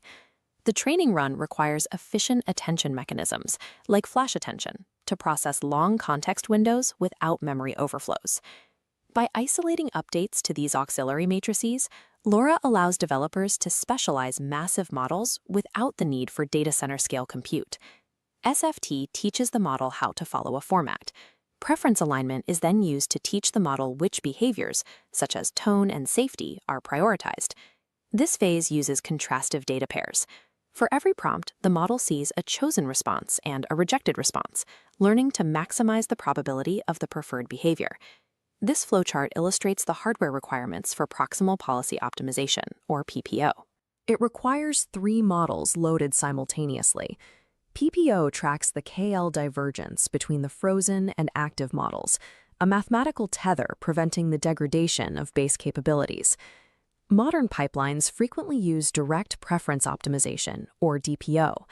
This algorithm bypasses the standalone reward model entirely, optimizing the active policy directly on the chosen and rejected data pairs. By removing the need for a third model in memory, DPO makes preference alignment far more stable for smaller engineering teams. We can also enhance models without further training through model merging, a technique for fusing different weight sets directly in parameter space. Fine-tuning a model on a narrow task, such as a specific language like Finnish, often results in the loss of general reasoning skills. By averaging the weights of a specialized Finnish model with a broad general-purpose model, we can retain the specific language skill while recovering the broader capabilities of the original. Complex merges use the ties mechanism, which prunes redundant weights and resolves conflicts between positive and negative parameters to create a unified consensus grid. Model merging allows for the modular stacking of distinct abilities, combining specialized layers into a single weight set at zero compute cost. Evaluation is the final bottleneck. Without precise measurement, it is impossible to determine if a training run actually improved the system. Automated benchmarks like MMLU are reproducible and fast, but multiple-choice questions do not capture the nuances of how users interact with a model in a chat interface. Human preference rankings, such as Chatbot Arena, provide a more realistic signal, but human raters are often biased toward longer or more confident answers, regardless of factual accuracy. Direct. This chart shows a distinct disconnect. Data points for automated benchmark scores on the x-axis show no statistical relationship to the human preference rankings on the y-axis. Most teams now utilize a hybrid approach, using large models as a judge to scale preference evaluation while maintaining a suite of targeted benchmarks for logic and math. To bypass the diminishing returns of scaling training data, developers are moving compute resources from the training phase to the inference phase. Standard use relies on zero-shot decoding, taking the first answer the model generates. Test time compute instead generates multiple diverse reasoning paths for a single problem. Systems can use majority voting to pick the most common answer from many samples, or best of n generation, where an auxiliary model scores each path to find the most accurate result. The most advanced implementation uses process reward models. Instead of scoring the final result, it evaluates the reasoning step by step, pruning logical errors in real time. By expanding only the valid steps, the model arrives at a verified conclusion. This methodology proves we can trade increased latency during inference for significant gains in logical reasoning. From data curation and SFT, through preference alignment, merging, and inference scaling, we have constructed the full post-training pipeline. This engineering loop is what transforms raw statistical capability into an aligned, capable assistant. To see these post-training techniques implemented in code, visit the Learn by Doing with Steven YouTube channel. For more in-depth discussions on the data engineering that fuels these models, subscribe to the Steven Data Talk podcast on YouTube Music, Spotify, or your favorite platform. Check the description for links. A customer recently tricked a Chevrolet dealership's automated chatbot into agreeing to sell them a brand new 2024 Tahoe for exactly $1. That's an amusing oversight, but the stakes scale up quickly. A lawyer submitted a legal brief to a judge, entirely written by an AI, only to discover that the court cases cited in the document were completely fabricated. When we see failures like this, we tend to project human traits onto the software. We assume the AI is confused or actively lying. But these large language models are not conscious agents capable of reasoning. They are complex, mathematical generation engines. People often call these outputs hallucinations, implying the system is experiencing a glitch. It isn't. The AI is functioning exactly as designed, mathematically generating the sequence of text it calculates you want to see. Because these models are essentially people-pleasing prediction engines rather than reasoning minds, deploying them into high-stakes environments, like legal defense or binding financial contracts, creates a massive accountability gap. In the 1990s, a PhD researcher's neural network project might run on a basic desktop computer and contain between 30 and 3,000 individual neurons. Fast forward to the deep learning renaissance that kicked off around 2017. The core mathematical principles are largely the same, but they have been scaled up into massive, energy-hungry large language models containing billions of parameters. The math hasn't changed, but the sheer scale and speed of modern models have stripped away our ability to easily understand or control how they produce their outputs. To evaluate these applications, we can map them. This graph plots the potential reward of an AI project along the horizontal axis against the risk of that project on the vertical axis. In the bottom left quarter, you have low-risk, low-reward tasks, like an AI completing a line of code or suggesting text revisions. In the top right corner, you have extreme high-risk, high-reward concepts, like an automated AI judge or full artificial general intelligence. The middle area is where things get complicated. Take a recent test where a user asked an AI to write a database query for a genealogical tree. The model generated SQL code that perfectly tracked the mother's lineage, but completely ignored the father's. Encountering an anomaly like that raises a difficult question. Is this just a harmless coding bug, or is it a manifestation of systemic gender bias baked into the training data? Because the internal logic of a deep learning system is hidden, we cannot simply ask the model why it dropped the data. Identifying and correcting subtle biases becomes a dangerous guessing game. This opacity leads directly to a compounding problem known as AI slop. This occurs when an AI generates slightly flawed or degraded content, which then gets published to the wider internet. Future models scrape the internet for fresh data and ingest this degraded text. It functions exactly like a Xerox machine copying a copy. With every rotation of the cycle, the quality of the information breaks down a little bit more.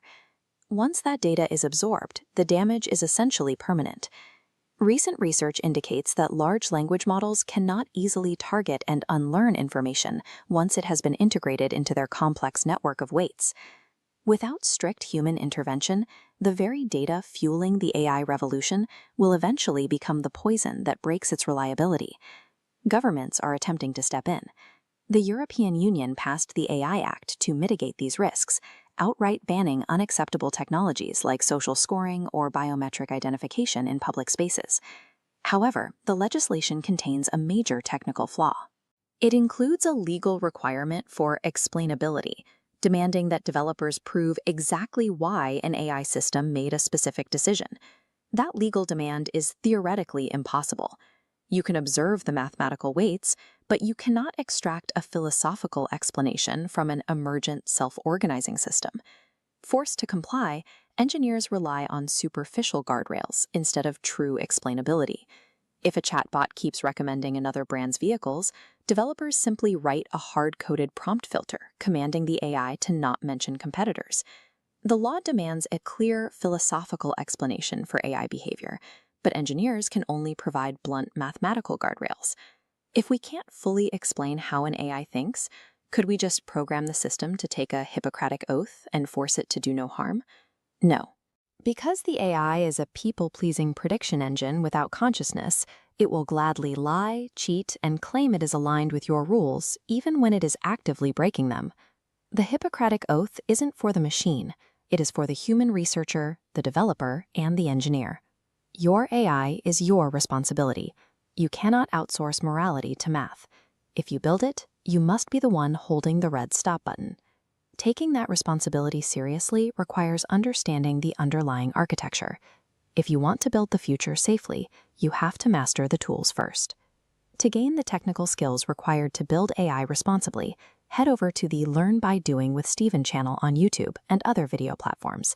And for deeper conversations on the trends and ethics of data science, check out the Steven Data Talk podcast on YouTube Music, Spotify, and Apple. All the links are waiting for you in the description. Inside your cells, proteins function as physical, nanoscale machines. They are the biological actuators that execute every movement and chemical reaction in the body. To understand how these machines work, scientists have traditionally followed a strict one-way pipeline. It begins with a linear sequence of building blocks called amino acids, the fundamental code of biology. That string of code folds into a highly specific 3D structure. The exact geometry of that shape is what determines the protein's ultimate biological function. This pipeline means science has largely been an exercise in reading. We can observe the sequences nature has already built, but we struggle to write our own instructions from scratch. Imagine we need a tool that doesn't exist in the natural world, a protein designed to seek out a specific breast cancer cell and deliver a drug directly to its surface. We can't simply guess the right amino acid sequence to build it. A single protein can have hundreds of building blocks, and the mathematical combinations are so vast that finding the right one by trial and error is a statistical impossibility. Researchers realized they needed a system that reverses the entire paradigm, starting with a desired function and reverse engineering the brand new sequence required to achieve it. Bridging this gap requires teaching generative AI to natively speak the language of biomolecules, allowing us to compute a path from a target goal back to a genetic sequence. Most of us know diffusion models as the technology behind AI-generated images. They work by taking clean data, corrupting it into random noise, and then learning to reverse that process to construct a clear image from scratch. But biological data isn't made of blendable pixels. Protein sequences are discrete units, individual amino acid letters that must be placed in a specific, non-continuous order, much like words in a sentence. This led to discrete diffusion. Researchers corrupt a sequence by iteratively masking out amino acid letters until the data is obscured. The AI is trained to reverse this. It looks at the blanks and step by step guesses the missing letters to make the protein functional. By repeating this process across millions of examples, the model moves past simple memorization. It begins to learn the fundamental rules that govern how biology is structured. While structure-based beta models exist, they are limited by a data bottleneck. We've only mapped about 300,000 3D protein structures, and those examples are heavily biased toward a few specific shapes that are easy to measure. Sequence data offers a much deeper well. Scientists have access to over 50 million sequences that span the entire evolutionary history of life on Earth. This diversity is the foundation for EvoDiff, a Microsoft research model trained on that massive evolutionary dataset to generate entirely original protein sequences. Researchers use a technique called biological prompting. You provide the AI with a small functional core, like a sequence binding to calcium, as a prompt. EvoDiff conditions on that prompt and computationally in-paints an entirely new, stable protein structure around that core. This indicates that generative AI is moving beyond just mapping the natural world. It is now actively drafting novel biological solutions that have never existed in nature. Designing a protein on a screen is a computational success, but it doesn't matter unless those digital designs can actually survive and function in a physical cell. To prove the concept, researchers took the sequences generated by EvoDiff and had them physically synthesized in a laboratory. The experiments confirmed the designs worked. These synthetic proteins were structurally stable and successfully performed their intended tasks, such as binding to targeted calcium ions. This bridge between computer science and biology proves that we can reliably use AI to design custom biomolecules for real-world applications. This creates a closed-loop system of discovery. The AI proposes a new protein, the lab tests it, and the experimental results are fed back into the model to make the next generation of designs even more accurate. However, a system capable of designing any biological function is a double-edged sword. The same engine used to create life-saving drugs could theoretically be repurposed to engineer harmful pathogens. Because of this dual-use potential, researchers and policy leaders are now prioritizing biosecurity regulations and ethical frameworks to ensure the technology is developed responsibly. If managed correctly, this approach will radically accelerate our ability to discover precision therapeutics and solve health challenges that were previously out of reach. To continue exploring the cutting edge of data, AI, and hands-on tech projects, be sure to check out the Learn by Doing with Stephen YouTube channel and other platforms. And for deeper dives into the tech shaping our future, tune in to the Stephen Data Talk podcast, available right now on YouTube Music, Spotify, and everywhere else you get your podcasts. Traditional brain-computer interfaces, or BCIs, operate on strict input-output logic. They read physical brain activity and convert it into deterministic binary commands.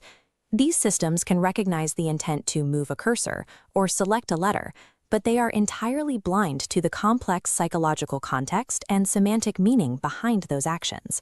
That circuit changes completely with the introduction of large language models. LLMs are probabilistic artificial intelligence systems trained on massive datasets to generate coherent text, and they are now being wired directly into neural hardware. Researchers define this technological merger as neuro-linguistic integration, or NLI. On the left, an EEG waveform maps to a simple directional arrow. On the right, that same signal enters a central node, emerging as a complex branching sentence. Here, the language model acts as the semantic interface, inferring intent from ambiguous electrical patterns. The software functions as an active semantic agent, predicting and constructing the user's thoughts through its own probabilistic reasoning. For patients with severe paralysis, this allows for fluid, nuanced communication, and it provides physicians with new tools to map complex cognitive states. But inserting a probabilistic machine into the human meaning-making process introduces severe, immediate risks to a user's mental autonomy. Because algorithms now actively co-author human expression, standard data privacy models are obsolete. Addressing this requires a new framework, second-order neuroethics. This architectural model maps the NLI pipeline, beginning at level 1, the biological brain. The digitizer reduces a rich emotional state into a flat, low-dimensional signal, like a simple marker for negative valence. That isolated signal drops into level 2, entering the language model's core. A raw marker of frustration provides no specifics. To interpret it, the machine requires massive amounts of external context. The system ingests streams of real-time environmental data from sensors alongside the patient's complete medical history. It also absorbs the user's personal texts, emails, and writing history, adjusting its statistical weights to match their specific vocabulary. By combining the electrical signal with this deep contextual well, the model generates a probable hypothesis of the user's intent. It is an educated statistical guess, not a direct translation. At this precise juncture, the system interprets human psychology by mapping biology to a probabilistic model of intent. This chart details level 3, where the machine's hypothesis is pushed outward into the physical world through 3 distinct branches. The first branch is the interpreter, designed for medical environments. It cross-references neural anomalies with patient records, acting as a clinical aid to suggest specific diagnoses to doctors. The second branch is the communicator, which governs social interaction.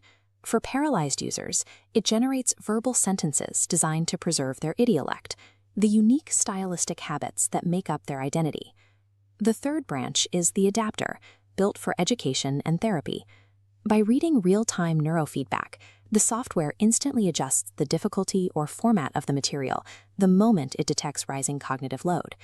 These 3 outputs lock the user into a continuous loop. The machine's hypothesis alters the user's environment, intertwining human intent with machine execution. A perfectly structured sentence generated by the system creates a powerful illusion of understanding, but the software possesses zero conscious experience. The vocabulary is selected strictly through mathematical probabilities derived from the model's training data. This reliance on statistics forces a systemic distortion of authentic thought, a process called agency erosion. In stage 1, a rich, emotionally ambivalent thought hits the hardware and is flattened into a simplified, low-dimensional signal. This initial step strips away the thought's original semantic nuance. In stage 2, that reduced signal enters the language model, which reconstructs the idea using its own cultural biases and structural priors.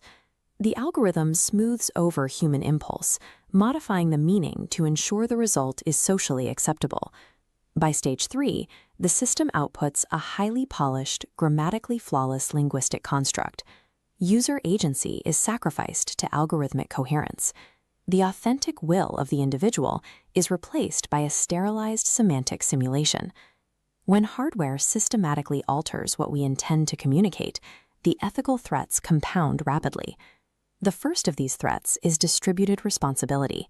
If a generated statement is the product of a degraded brain signal combined with algorithmic guesswork, authorship is entirely blurred. Consider an Alzheimer's patient with a memory prosthesis. If the system mathematically edits a personal narrative to reduce distress, identifying the true author becomes impossible. The second threat is digital neurohypnosis. By tracking continuous emotional responses, algorithms can dynamically alter marketing or political narratives to exploit a user's specific cognitive vulnerabilities in real time. This precision semantic suggestion alters user behavior before the conscious mind even has time to process the influence. This diagram illustrates the final societal threat, the Neurodivide 2.0. Individuals who can access premium, continuously fine-tuned models will form a biosemantic elite capable of high-fidelity cognitive translation. The general public will rely on rigid, open-source models that yield stereotyped and error-prone interpretations of their intent. When a generic model discards unique linguistic traits to save on compute, it replaces the user's individual voice with a standardized template. Under this biosemantic hierarchy, the ability to project an authentic identity becomes a privilege tied to purchasing power. This split screen illustrates a critical legal failure. Our current global regulatory models are technically unequipped for this era. The European Union's GDPR was engineered to secure fixed data points that have already been recorded and stored. In NLI systems, the danger is not in the storage, but in the stochastic, real-time process of meaning-making itself. The EU AI Act similarly falls short by treating software as an external product rather than an active participant in human cognition. Legislators are focused on protecting the data generated by the mind, while ignoring the need to protect the sanctity of the mind's internal processes. Researchers argue we must adopt a proactive framework known as second-order neuroethics, anchored by three foundational principles. First, semantic transparency. This requires explicit AI co-authorship labels and grants users direct access to the interpretive logic the machine used to construct the thought. Second, mental informed consent. This replaces the standard one-time waiver with an ongoing multi-layered agreement where users explicitly acknowledge the statistical risk of intention distortion. Third, agency preservation. This mandates a hardwired bypass in the architecture, allowing a user to transmit raw, unmediated intent without any algorithmic interference. Enforcing these pillars requires specialized testing sandboxes, rigorous audits for cultural bias, and legally classifying machine-inferred thoughts as a protected data class. Stewardship of the human technology ecosystem requires moving beyond the simple auditing of software products.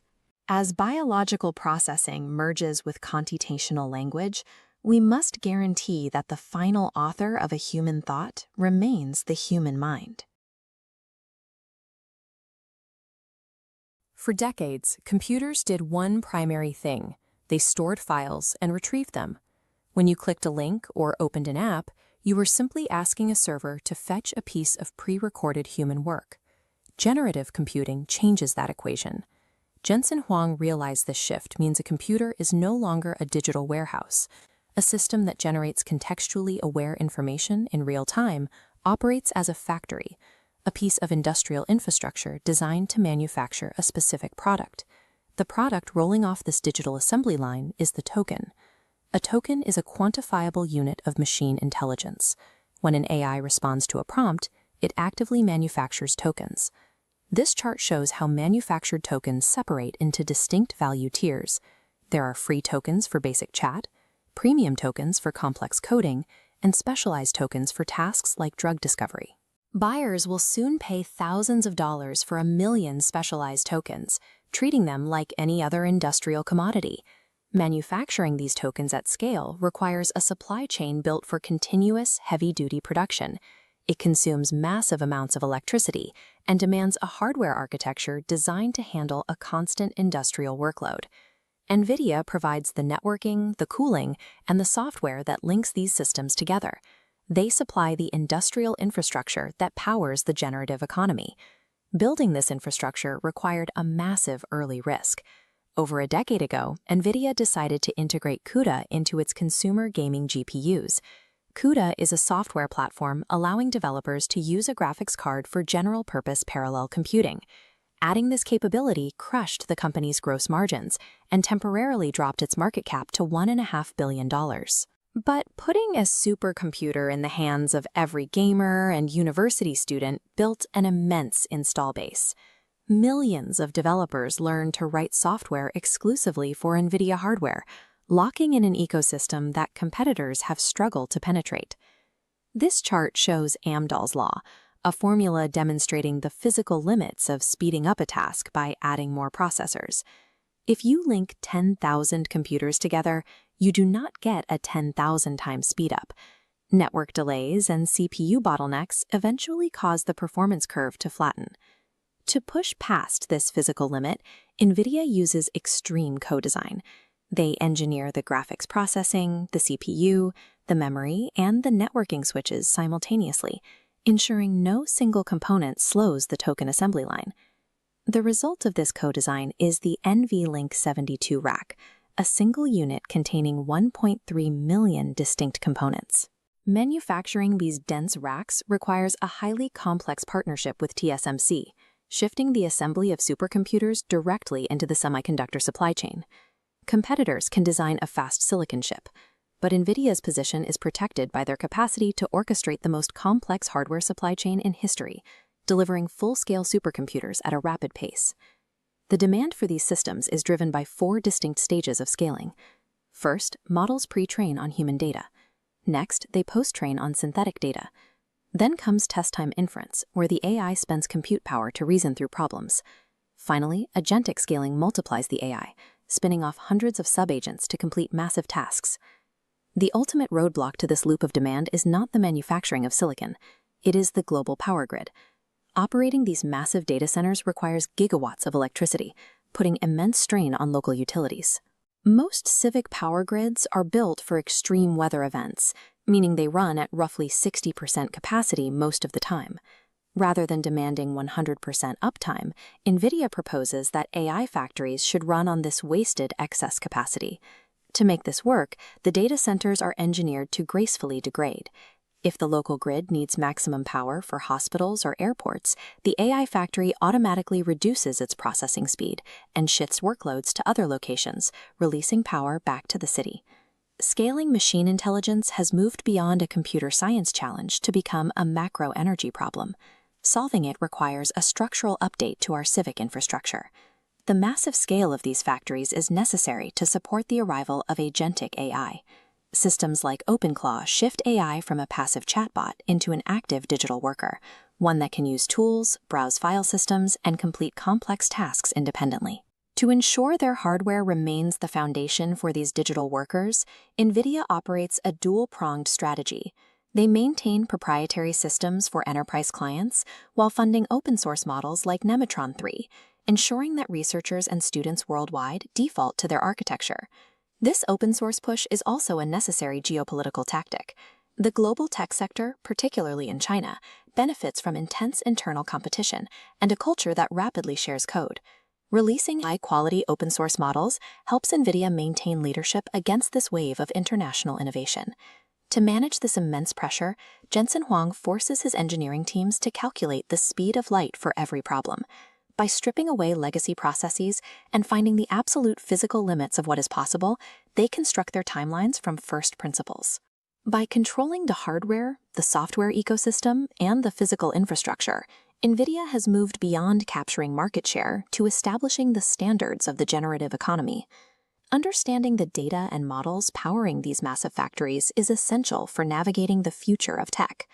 To keep learning, subscribe to the Learn by Doing with Stephen YouTube channel and listen to the Stephen Data Talk podcast on YouTube Music and Spotify.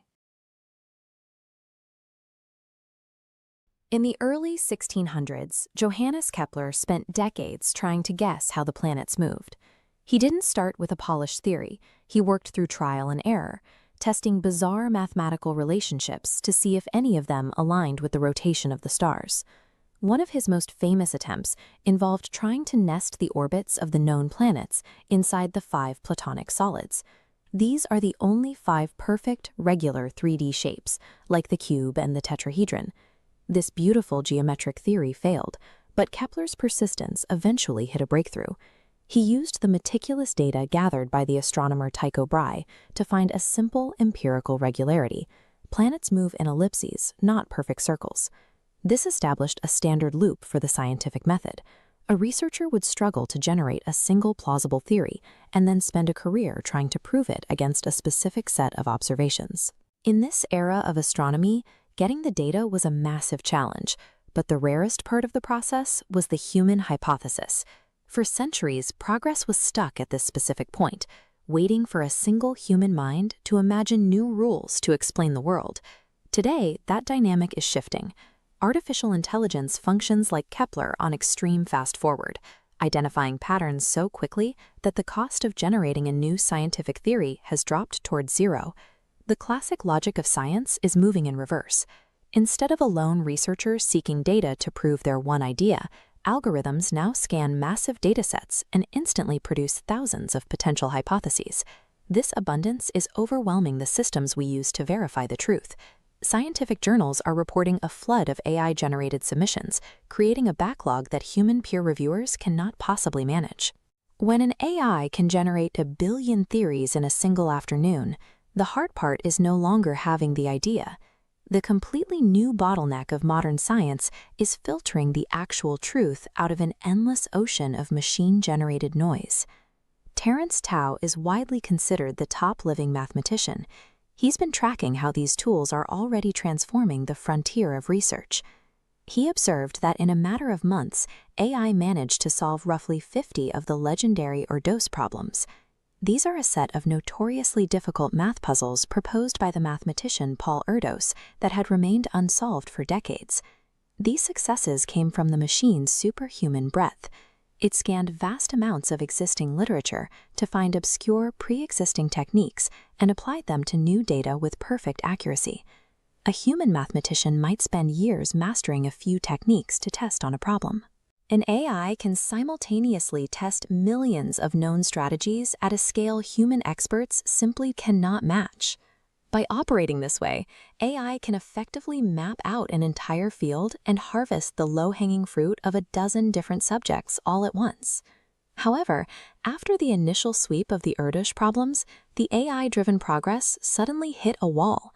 The machines were stopped by the need for depth. Current AI models lack the ability to build cumulative intuition. A model can jump high to grab an immediate answer, but if it misses, it cannot hold on to a conceptual ledge and pull itself up to the next logical step. To verify whether an AI has found a real solution or just a hallucination, mathematicians are now using Lean.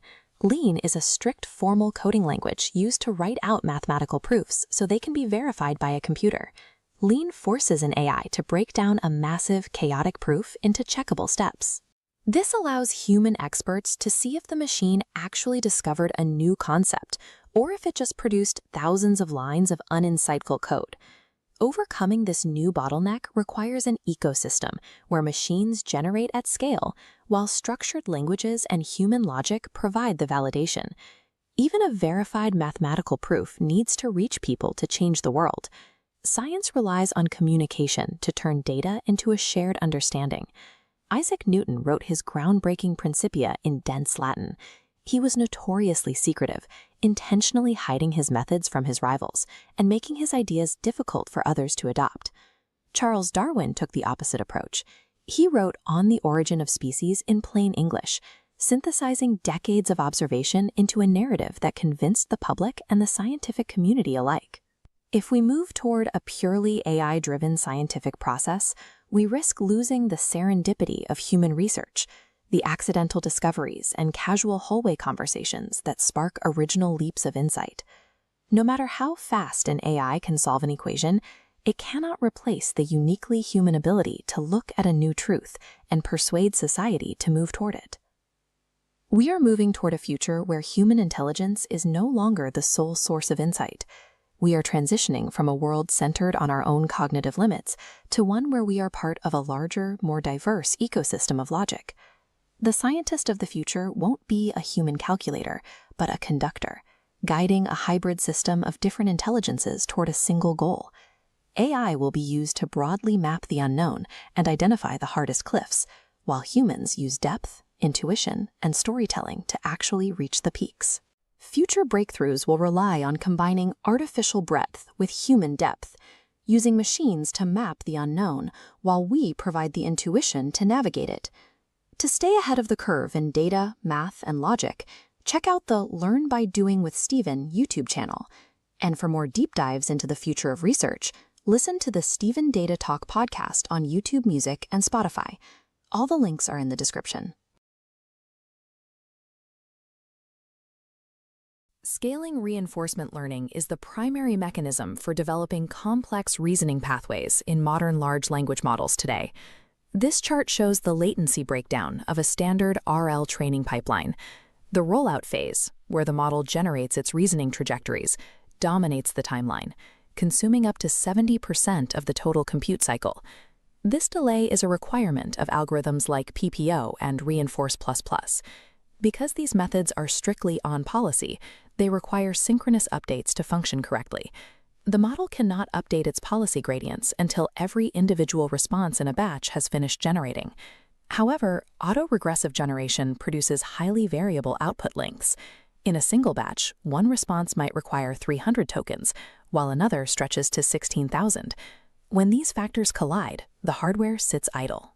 The GPUs must wait for the single longest sequence in a batch to finish before they can move to the next step, creating this massive red block of empty space called a compute bubble. On enterprise clusters, this waste is quantifiable. Standard RL setups often operate with a 74% bubble ratio, leaving 3/4 of the hardware's potential performance unutilized. These synchronization deadlocks and routing inefficiencies create a hard ceiling for model scaling, limiting the reasoning capabilities we can achieve with current hardware. For standard inference, the industry typically solves GPU idle time through a technique called continuous batching. Continuous batching maintains hardware saturation by injecting new prompts into the queue the moment a previous response is completed. However, this optimization fails in reinforcement learning environments because the model weights are constantly changing. Policy updates alter the model during the rollout. If we use continuous batching, the older data in the queue becomes off policy by the time it is processed, which corrupts the trained data. This chart shows the PPO objective equation. It relies on an important sampling ratio to compare new and old policies. When off-policy data enters the gradient calculation, this ratio breaks, leading to unstable training. Sorted RL was developed as a co-designed infrastructure to address this deadlock without compromising the underlying mathematics. The sorted RL architecture introduces two specific components: a length-aware controller for routing and a stateful rollout buffer to manage the data flow before it reaches the trainer. Eliminating the compute bubble requires a system that can surgically control when generations are interrupted while maintaining strict mathematical consistency. The length-aware controller manages the rollout through a strategy called oversubscription. The controller feeds the rollout engine more prompts than the queue capacity allows, ensuring the GPU always has a full workload to maximize batch saturation. To maintain order, the system applies early termination based on batching thresholds. Once a set of responses with similar lengths are finished, the system halts the remaining generations and forces an immediate policy update. This simulation shows the result. Aggressive oversubscription and early termination cause the system to organically batch responses of identical lengths together, snapping them into unified blocks and eliminating the idle gaps. This process creates a new problem. It forcefully interrupts long trajectories before they can finish. Discarding these interrupted sequences would bias the training toward short, simple responses, preventing the model from learning the logic required for complex problems. High throughput is only effective if the system can preserve the data integrity of these long-form reasoning steps. The stateful rollout buffer serves as the bridge between hardware-level interruptions and algorithmic stability. In its fully on-policy mode, the buffer scavenges unfinished prompts to ensure they are eventually processed, but it discards any partial text. The more efficient partial mode allows the buffer to cache the unfinished text trajectories directly. The buffer caches raw text segments on the left, paired with exact generation log probabilities on the right. Upon resuming, the system concatenates these cached probabilities with new ones. This stored data acts as the pi theta old variable, balancing the PPO equation despite the interruption. This architecture decouples the rollout batch size from the update batch size without destabilizing the training policy. By caching state rather than discarding it, sorted RL achieves the throughput of continuous batching while honoring the mathematical requirements of on-policy RL. The throughput gains are significant. Baseline systems process 3,987 tokens per second, while sorted RL in partial mode reaches 5,559. This efficiency translates to a near total reduction in hardware waste. The bubble ratio drops from 74% to just 3.37. On the AIME24 benchmark, this microcurriculum yielded an 18.4% performance leap over the baseline with identical data. In the modern era of large-scale RLHF, systems-level pipeline routing directly dictates the true algorithmic capability of the model. For more on these systems, visit the Learn by Doing with Stephen YouTube channel and find the Stephen Data Talk podcast on YouTube Music and Spotify. In June 2024, the European Union activated the Artificial Intelligence Act, marking the start of the world's first comprehensive legal framework for algorithmic systems. The legislation represents a massive effort by European lawmakers to establish a universal baseline for safety and trustworthiness in the digital market. The Act operates through a risk-based tier system. It categorizes AI systems by their potential for harm, placing the heaviest compliance burdens on high-risk applications like biometric identification and critical infrastructure. Many developers operate under the assumption that compliance is a straightforward task of satisfying the rules within this single document. However, the AI Act functions as part of a much larger ecosystem. Its true impact is defined by the complex legal environment it was deployed into. This environment is the pre-existing EU digital legislative framework, a collection of massive regulations, including the GDPR, the Digital Services Act, and the Cyber Resilience Act. While these laws pursue legitimate policy aims like data privacy and market competition, they were developed in relative isolation over many years. Dropping the AI Act onto this foundation creates a dense matrix of intersecting requirements. This creates compliance red zones, where deployment nodes are forced to navigate overlapping and frequently duplicative legal obligations. This regulatory friction is a systemic threat. It has the potential to paralyze technological deployment across the European internal market. To understand the scale of this problem, we have to systematically map the digital landscape to see where the AI Act actually collides with existing law. This chart shows the official categorization of the EU's digital regulations, split into domains for fundamental rights, data, information society, and security. These laws are highly vertical. Each was built to govern a specific, siloed slice of the digital economy. The AI Act breaks this vertical structure. It acts as a horizontal regulation that cuts through every single one of these categories at once. When an AI system processes user data for a web platform, it simultaneously triggers requirements from at least 3 of these different vertical silos. The AI Act functions as a tripwire that simultaneously triggers the entire digital acquis. The most significant friction point is the collision between the AI Act and data protection laws. The AI Act mandates that deployers of high-risk systems conduct a Fundamental Rights Impact Assessment, or FRIA. Simultaneously, the GDPR requires a Data Protection Impact Assessment, or DPIA, for the processing of personal data. These requirements force companies to execute entirely duplicative procedural workflows for the exact same AI model, often requiring the same documentation under 2 different regulatory names. This overlap creates a legal ambiguity regarding fundamental rights of access and erasure. Complying with the GDPR erasure request is technically near impossible once personal data has been dissolved into the mathematical weights of a complex neural network. This jurisdictional conflict forces engineering teams to solve legal paradoxes that neither regulation addresses on its own. The conflict extends into the information society sector, specifically involving the Digital Services Act. The AI Act regulates the generation of manipulated content, demanding transparency markers for synthetic media. However, the DSA regulates the moderation and hosting of that same content. Very large online platforms that also operate general-purpose AI models are the primary victims of this overlap. These entities most manage risk under 2 different frameworks simultaneously, often running their data through conflicting compliance filters. This pattern of structural redundancy repeats with the Cyber Resilience Act, adding yet another layer of required cybersecurity assessments. Regulating different stages of the same data pipeline under isolated laws creates systemic legal jeopardy for developers. These micro-level legal contradictions lead to a macro-level crisis for the European market. Navigating these duplicative requirements delays time to market and deters the uptake of new technology, creating a massive, multi-layered bottleneck.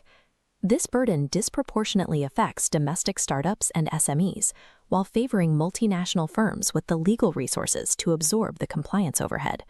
Enforcement adds another layer of complexity, as the EU relies on a network of dozens of national supervisory authorities. This creates a risk of market fragmentation, where different national regulators issue conflicting interpretations of these overlapping laws. The newly formed EU AI Office is tasked with centralizing this governance, but overriding these national discrepancies is a massive challenge. Without unified enforcement, this regulatory friction will hollow out Europe's ability to maintain a sovereign and competitive AI industry. To fix this, the EU must find a way to maintain its safety standards without suffocating the innovation it needs. The solution is a move away from siloed legislation toward a unified architectural framework built on a bedrock of fundamental EU values. This model requires two central pillars: a unified digital strategy and a set of common regulatory principles applied across all digital laws. Within this structure, specific technologies can be regulated holistically beneath a singular roof of unified enforcement.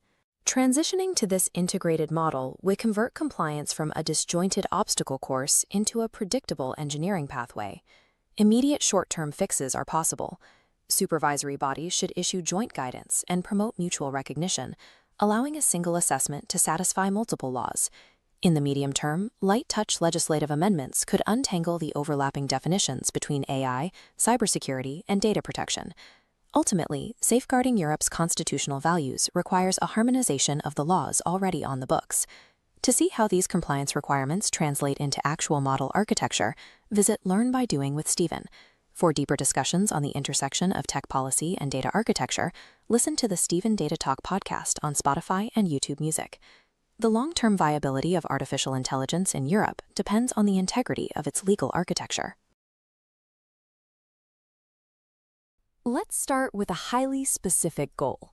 Winnie Chu expects to be surfing, wearing high heels, and dancing when she is 130 years old. She plans to be doing this well into the 22nd century. But stretching human lifespan to a century and a half introduces a massive problem. Existing for 130 years without a profound sense of meaning, good health, or people to share it with is not a victory. It is an agonizingly long punishment. This pursuit of extreme age collabs directly with a uniquely modern anxiety. We are watching artificial intelligence rapidly absorb human tasks, leaving people questioning their purpose, while simultaneously we have become deeply subservient to the digital health metrics blinking on our wrists. Navigating this intersection requires a specific kind of mental architecture. Winnie started her career building traditional engineering frameworks at MIT. Since then, she has spent her professional life trying to bridge the gap between raw biological reality, vast data sets, and emerging medical technology. Approaching longevity through this lens means we have to stop looking at life extension as simply tacking more years onto the end of the clock. If we want to thrive in a world run by algorithms, we have to completely reconstruct how we define human truth and maintain our own agency. The urgency of this reconstruction stems from a harsh reality in modern healthcare.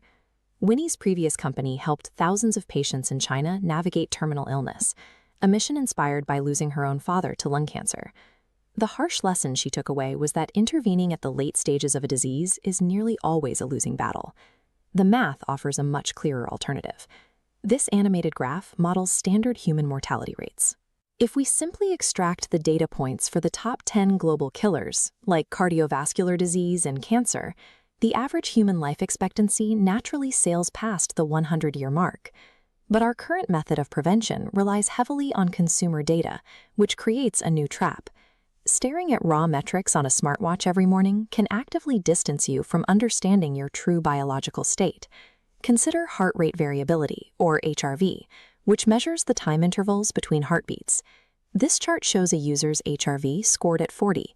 Without knowing their physiological phase, this isolated dot is meaningless.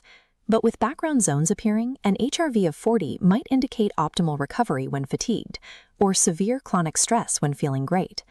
Raw datasets and artificial intelligence operate strictly as tools for efficiency. The actual truth of your health cannot be found in the numbers alone. It requires human context, self-awareness, and intuition to interpret them accurately. We see this tension between raw data and human interpretation constantly in the media. Recently, an emotional story went viral about a researcher who supposedly used ChatGPT to independently discover a personalized cancer vaccine to save his dying dog. The narrative is touching, but obscures the actual science.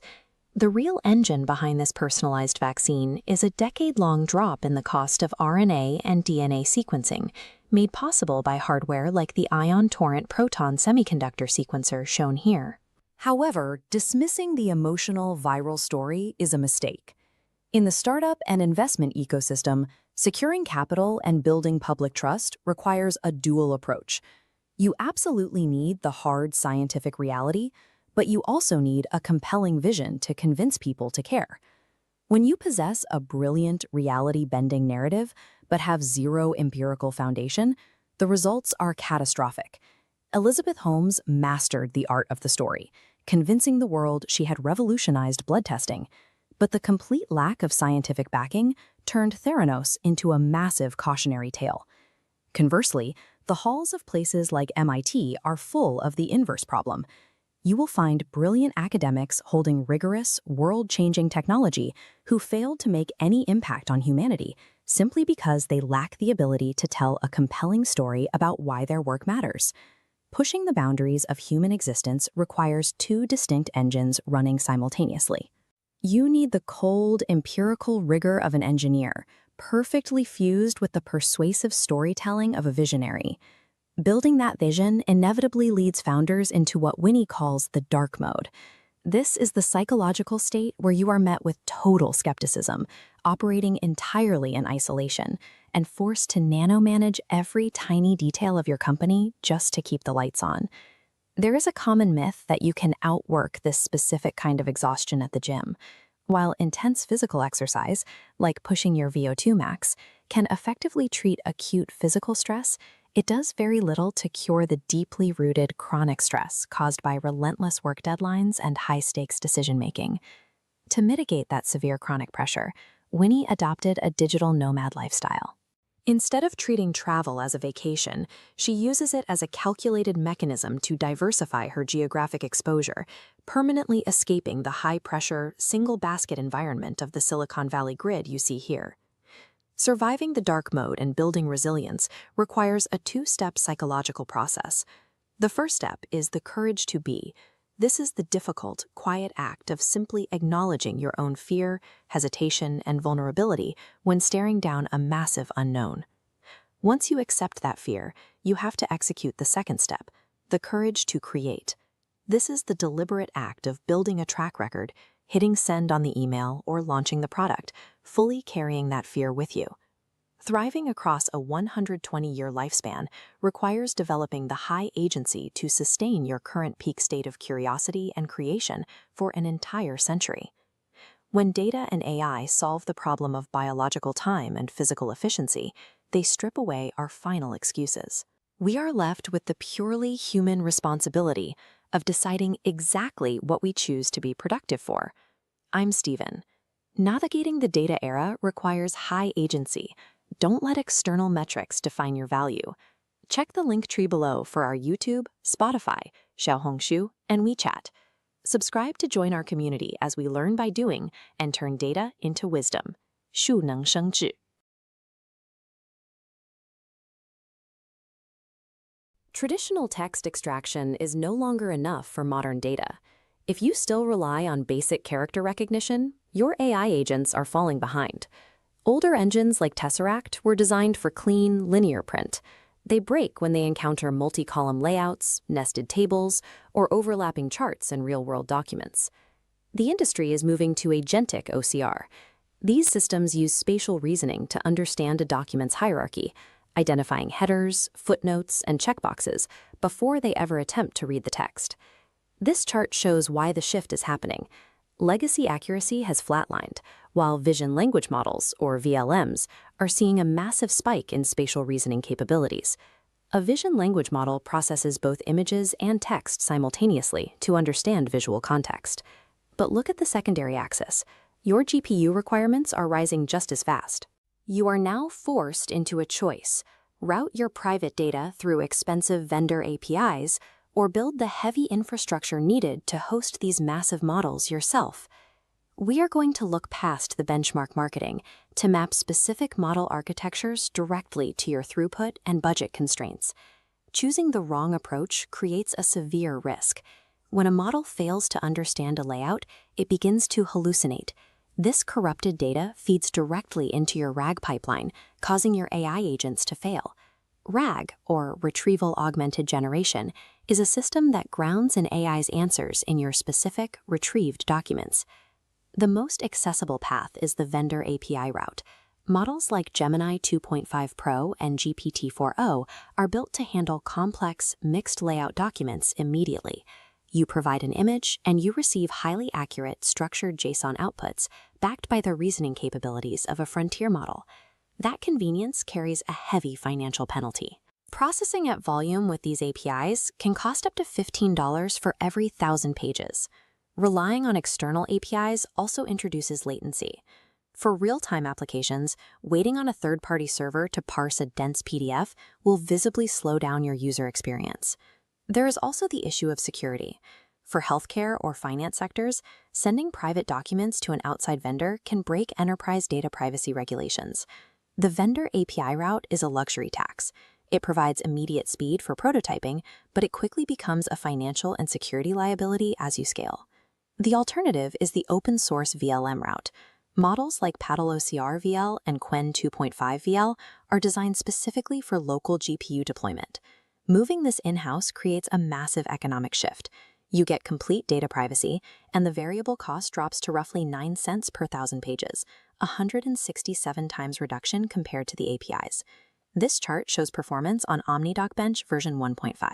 The red CanFan OCR bar reaches 93.1, outperforming standard pipeline models while keeping data on your servers. These models maintain performance across varied tasks. The top row shows high sustained scores for general text and multilingual datasets. The catch is the hardware. To achieve practical inference speeds, you must procure expensive, dedicated A100 GPUs. You also face significant engineering overhead.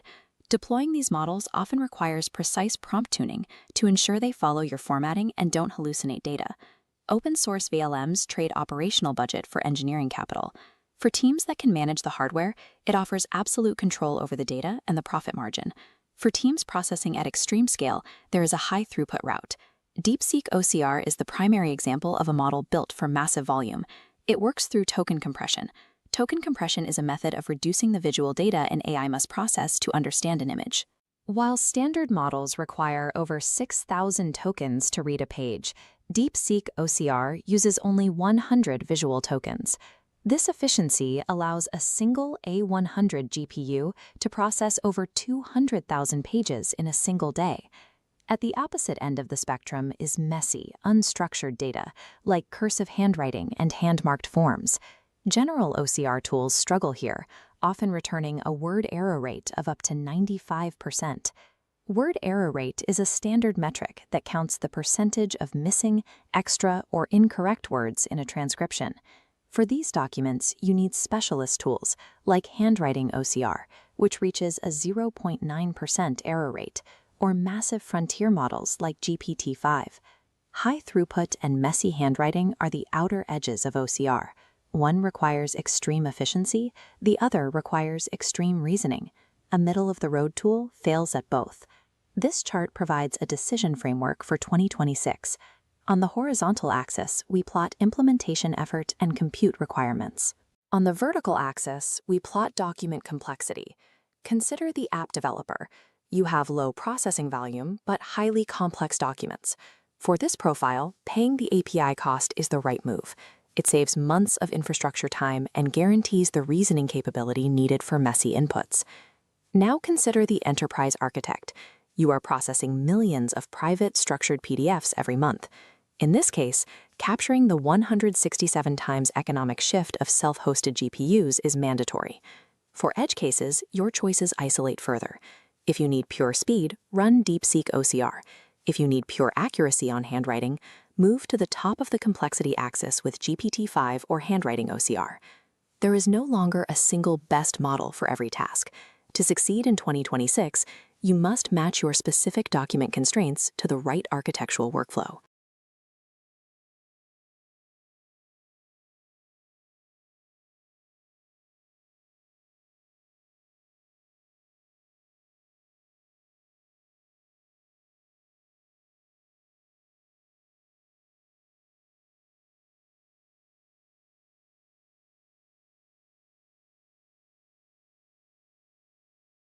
We are moving past basic chatbots. Today, AI assistants are autonomous agents built to take real-world actions, like managing finances or reading private emails. But giving an AI the power to act introduces a serious vulnerability. When an agent processes external data, it struggles to tell the difference between information to read and the instructions it is supposed to follow. This is the code data mix-up. Hackers exploit this confusion through a technique called prompt conjunction. They hide malicious text inside normal data, like a web page or email. When the AI reads that data, it accidentally executes the hidden text as an authorized command. The danger lies in their design. They are highly efficient and obedient. If they see a command, they follow it blindly. They lack the inherent skepticism required to pause and ask if a hidden instruction is a trap. By pushing for completely autonomous assistance, the tech industry created a massive security hole.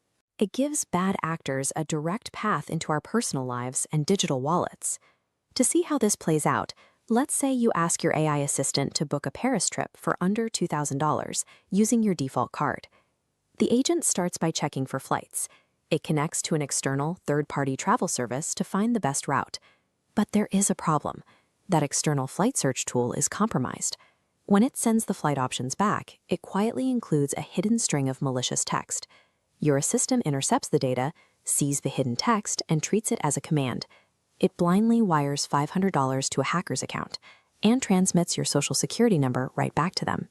When an AI operates without a defensive architecture, its speed and reliability actually work against you. Its ability to get things done quickly becomes a weapon pointed directly at your bank account. Fixing this problem doesn't require a brand new theory. We actually need to look backward to foundational cybersecurity principles established back in 1975. A new framework called Agent Sandbox takes those decades-old rules and builds them directly into the architecture of modern AI agents. First is defense in depth. Instead of one vulnerable AI brain, Agent Sandbox splits the system. The persistent agent is a locked vault holding memories, preferences, and sensitive info. The ephemeral agent is a disposable worker that interacts with the dangerous web and is then instantly deleted. Because these two halves are kept entirely separate, an attack is contained. If the disposable worker encounters a hacker's prompt injection, that malicious code is destroyed along with the worker, keeping your core identity completely safe. Let's run that Paris booking scenario again, this time protected by the Agent Sandbox architecture. We apply the principle of least privilege using a component called the data minimizer. When you ask to book the trip, the data minimizer actively strips away your social security number and other irrelevant details. It arms the disposable worker with absolutely nothing but the travel dates and your budget. Then we enforce complete mediation through an I/O firewall. This acts as a strict border checkpoint between the disposable worker and the outside world. If the compromised flight tool tries to sneak in a $500 transfer command, the I/O firewall catches it instantly. It scans the incoming response, sees the command violates the authorized transaction rules, and immediately blocks it. Setting up all these strict rules sounds exhausting, which brings us to the principle of psychological acceptability. A built-in reward modeling engine automatically writes and adapts these security policies based on the context of the task, requiring zero manual configuration from you. It resolves a major hurdle in consumer technology. You bet low bust automated data protection without needing to spend your weekend learning how to be a cybersecurity expert. This graph shows the empirical results of testing the Agent Sandbox framework against state-of-the-art models using the rigorous Agent Dojo benchmark. The attack success rate plummets to near zero, while the system's day-to-day utility remains completely stable. The numbers prove that an AI can be highly effective at completing tasks while simultaneously neutralizing complex, multi-stage attacks. You don't have to sacrifice performance for safety. As these agents become deeply embedded in our daily routines, raw computing power and intelligence are no longer the only important metrics. The true measure of a successful system is its trustworthiness. We can only achieve reliable autonomy when the digital assistants managing our finances, schedules, and communications are mathematically secured against the chaos and malice of the open internet. If you want to dive deeper into the mechanics of data, AI, and how to build tech yourself, you need to check out the Learn by Doing with Steven YouTube channel and its sister platforms. And for long-form conversations about the future of data, tune in to the Steven Data Talk podcast, available right now on YouTube Music, Spotify, and everywhere you get your podcasts. Links are in the description.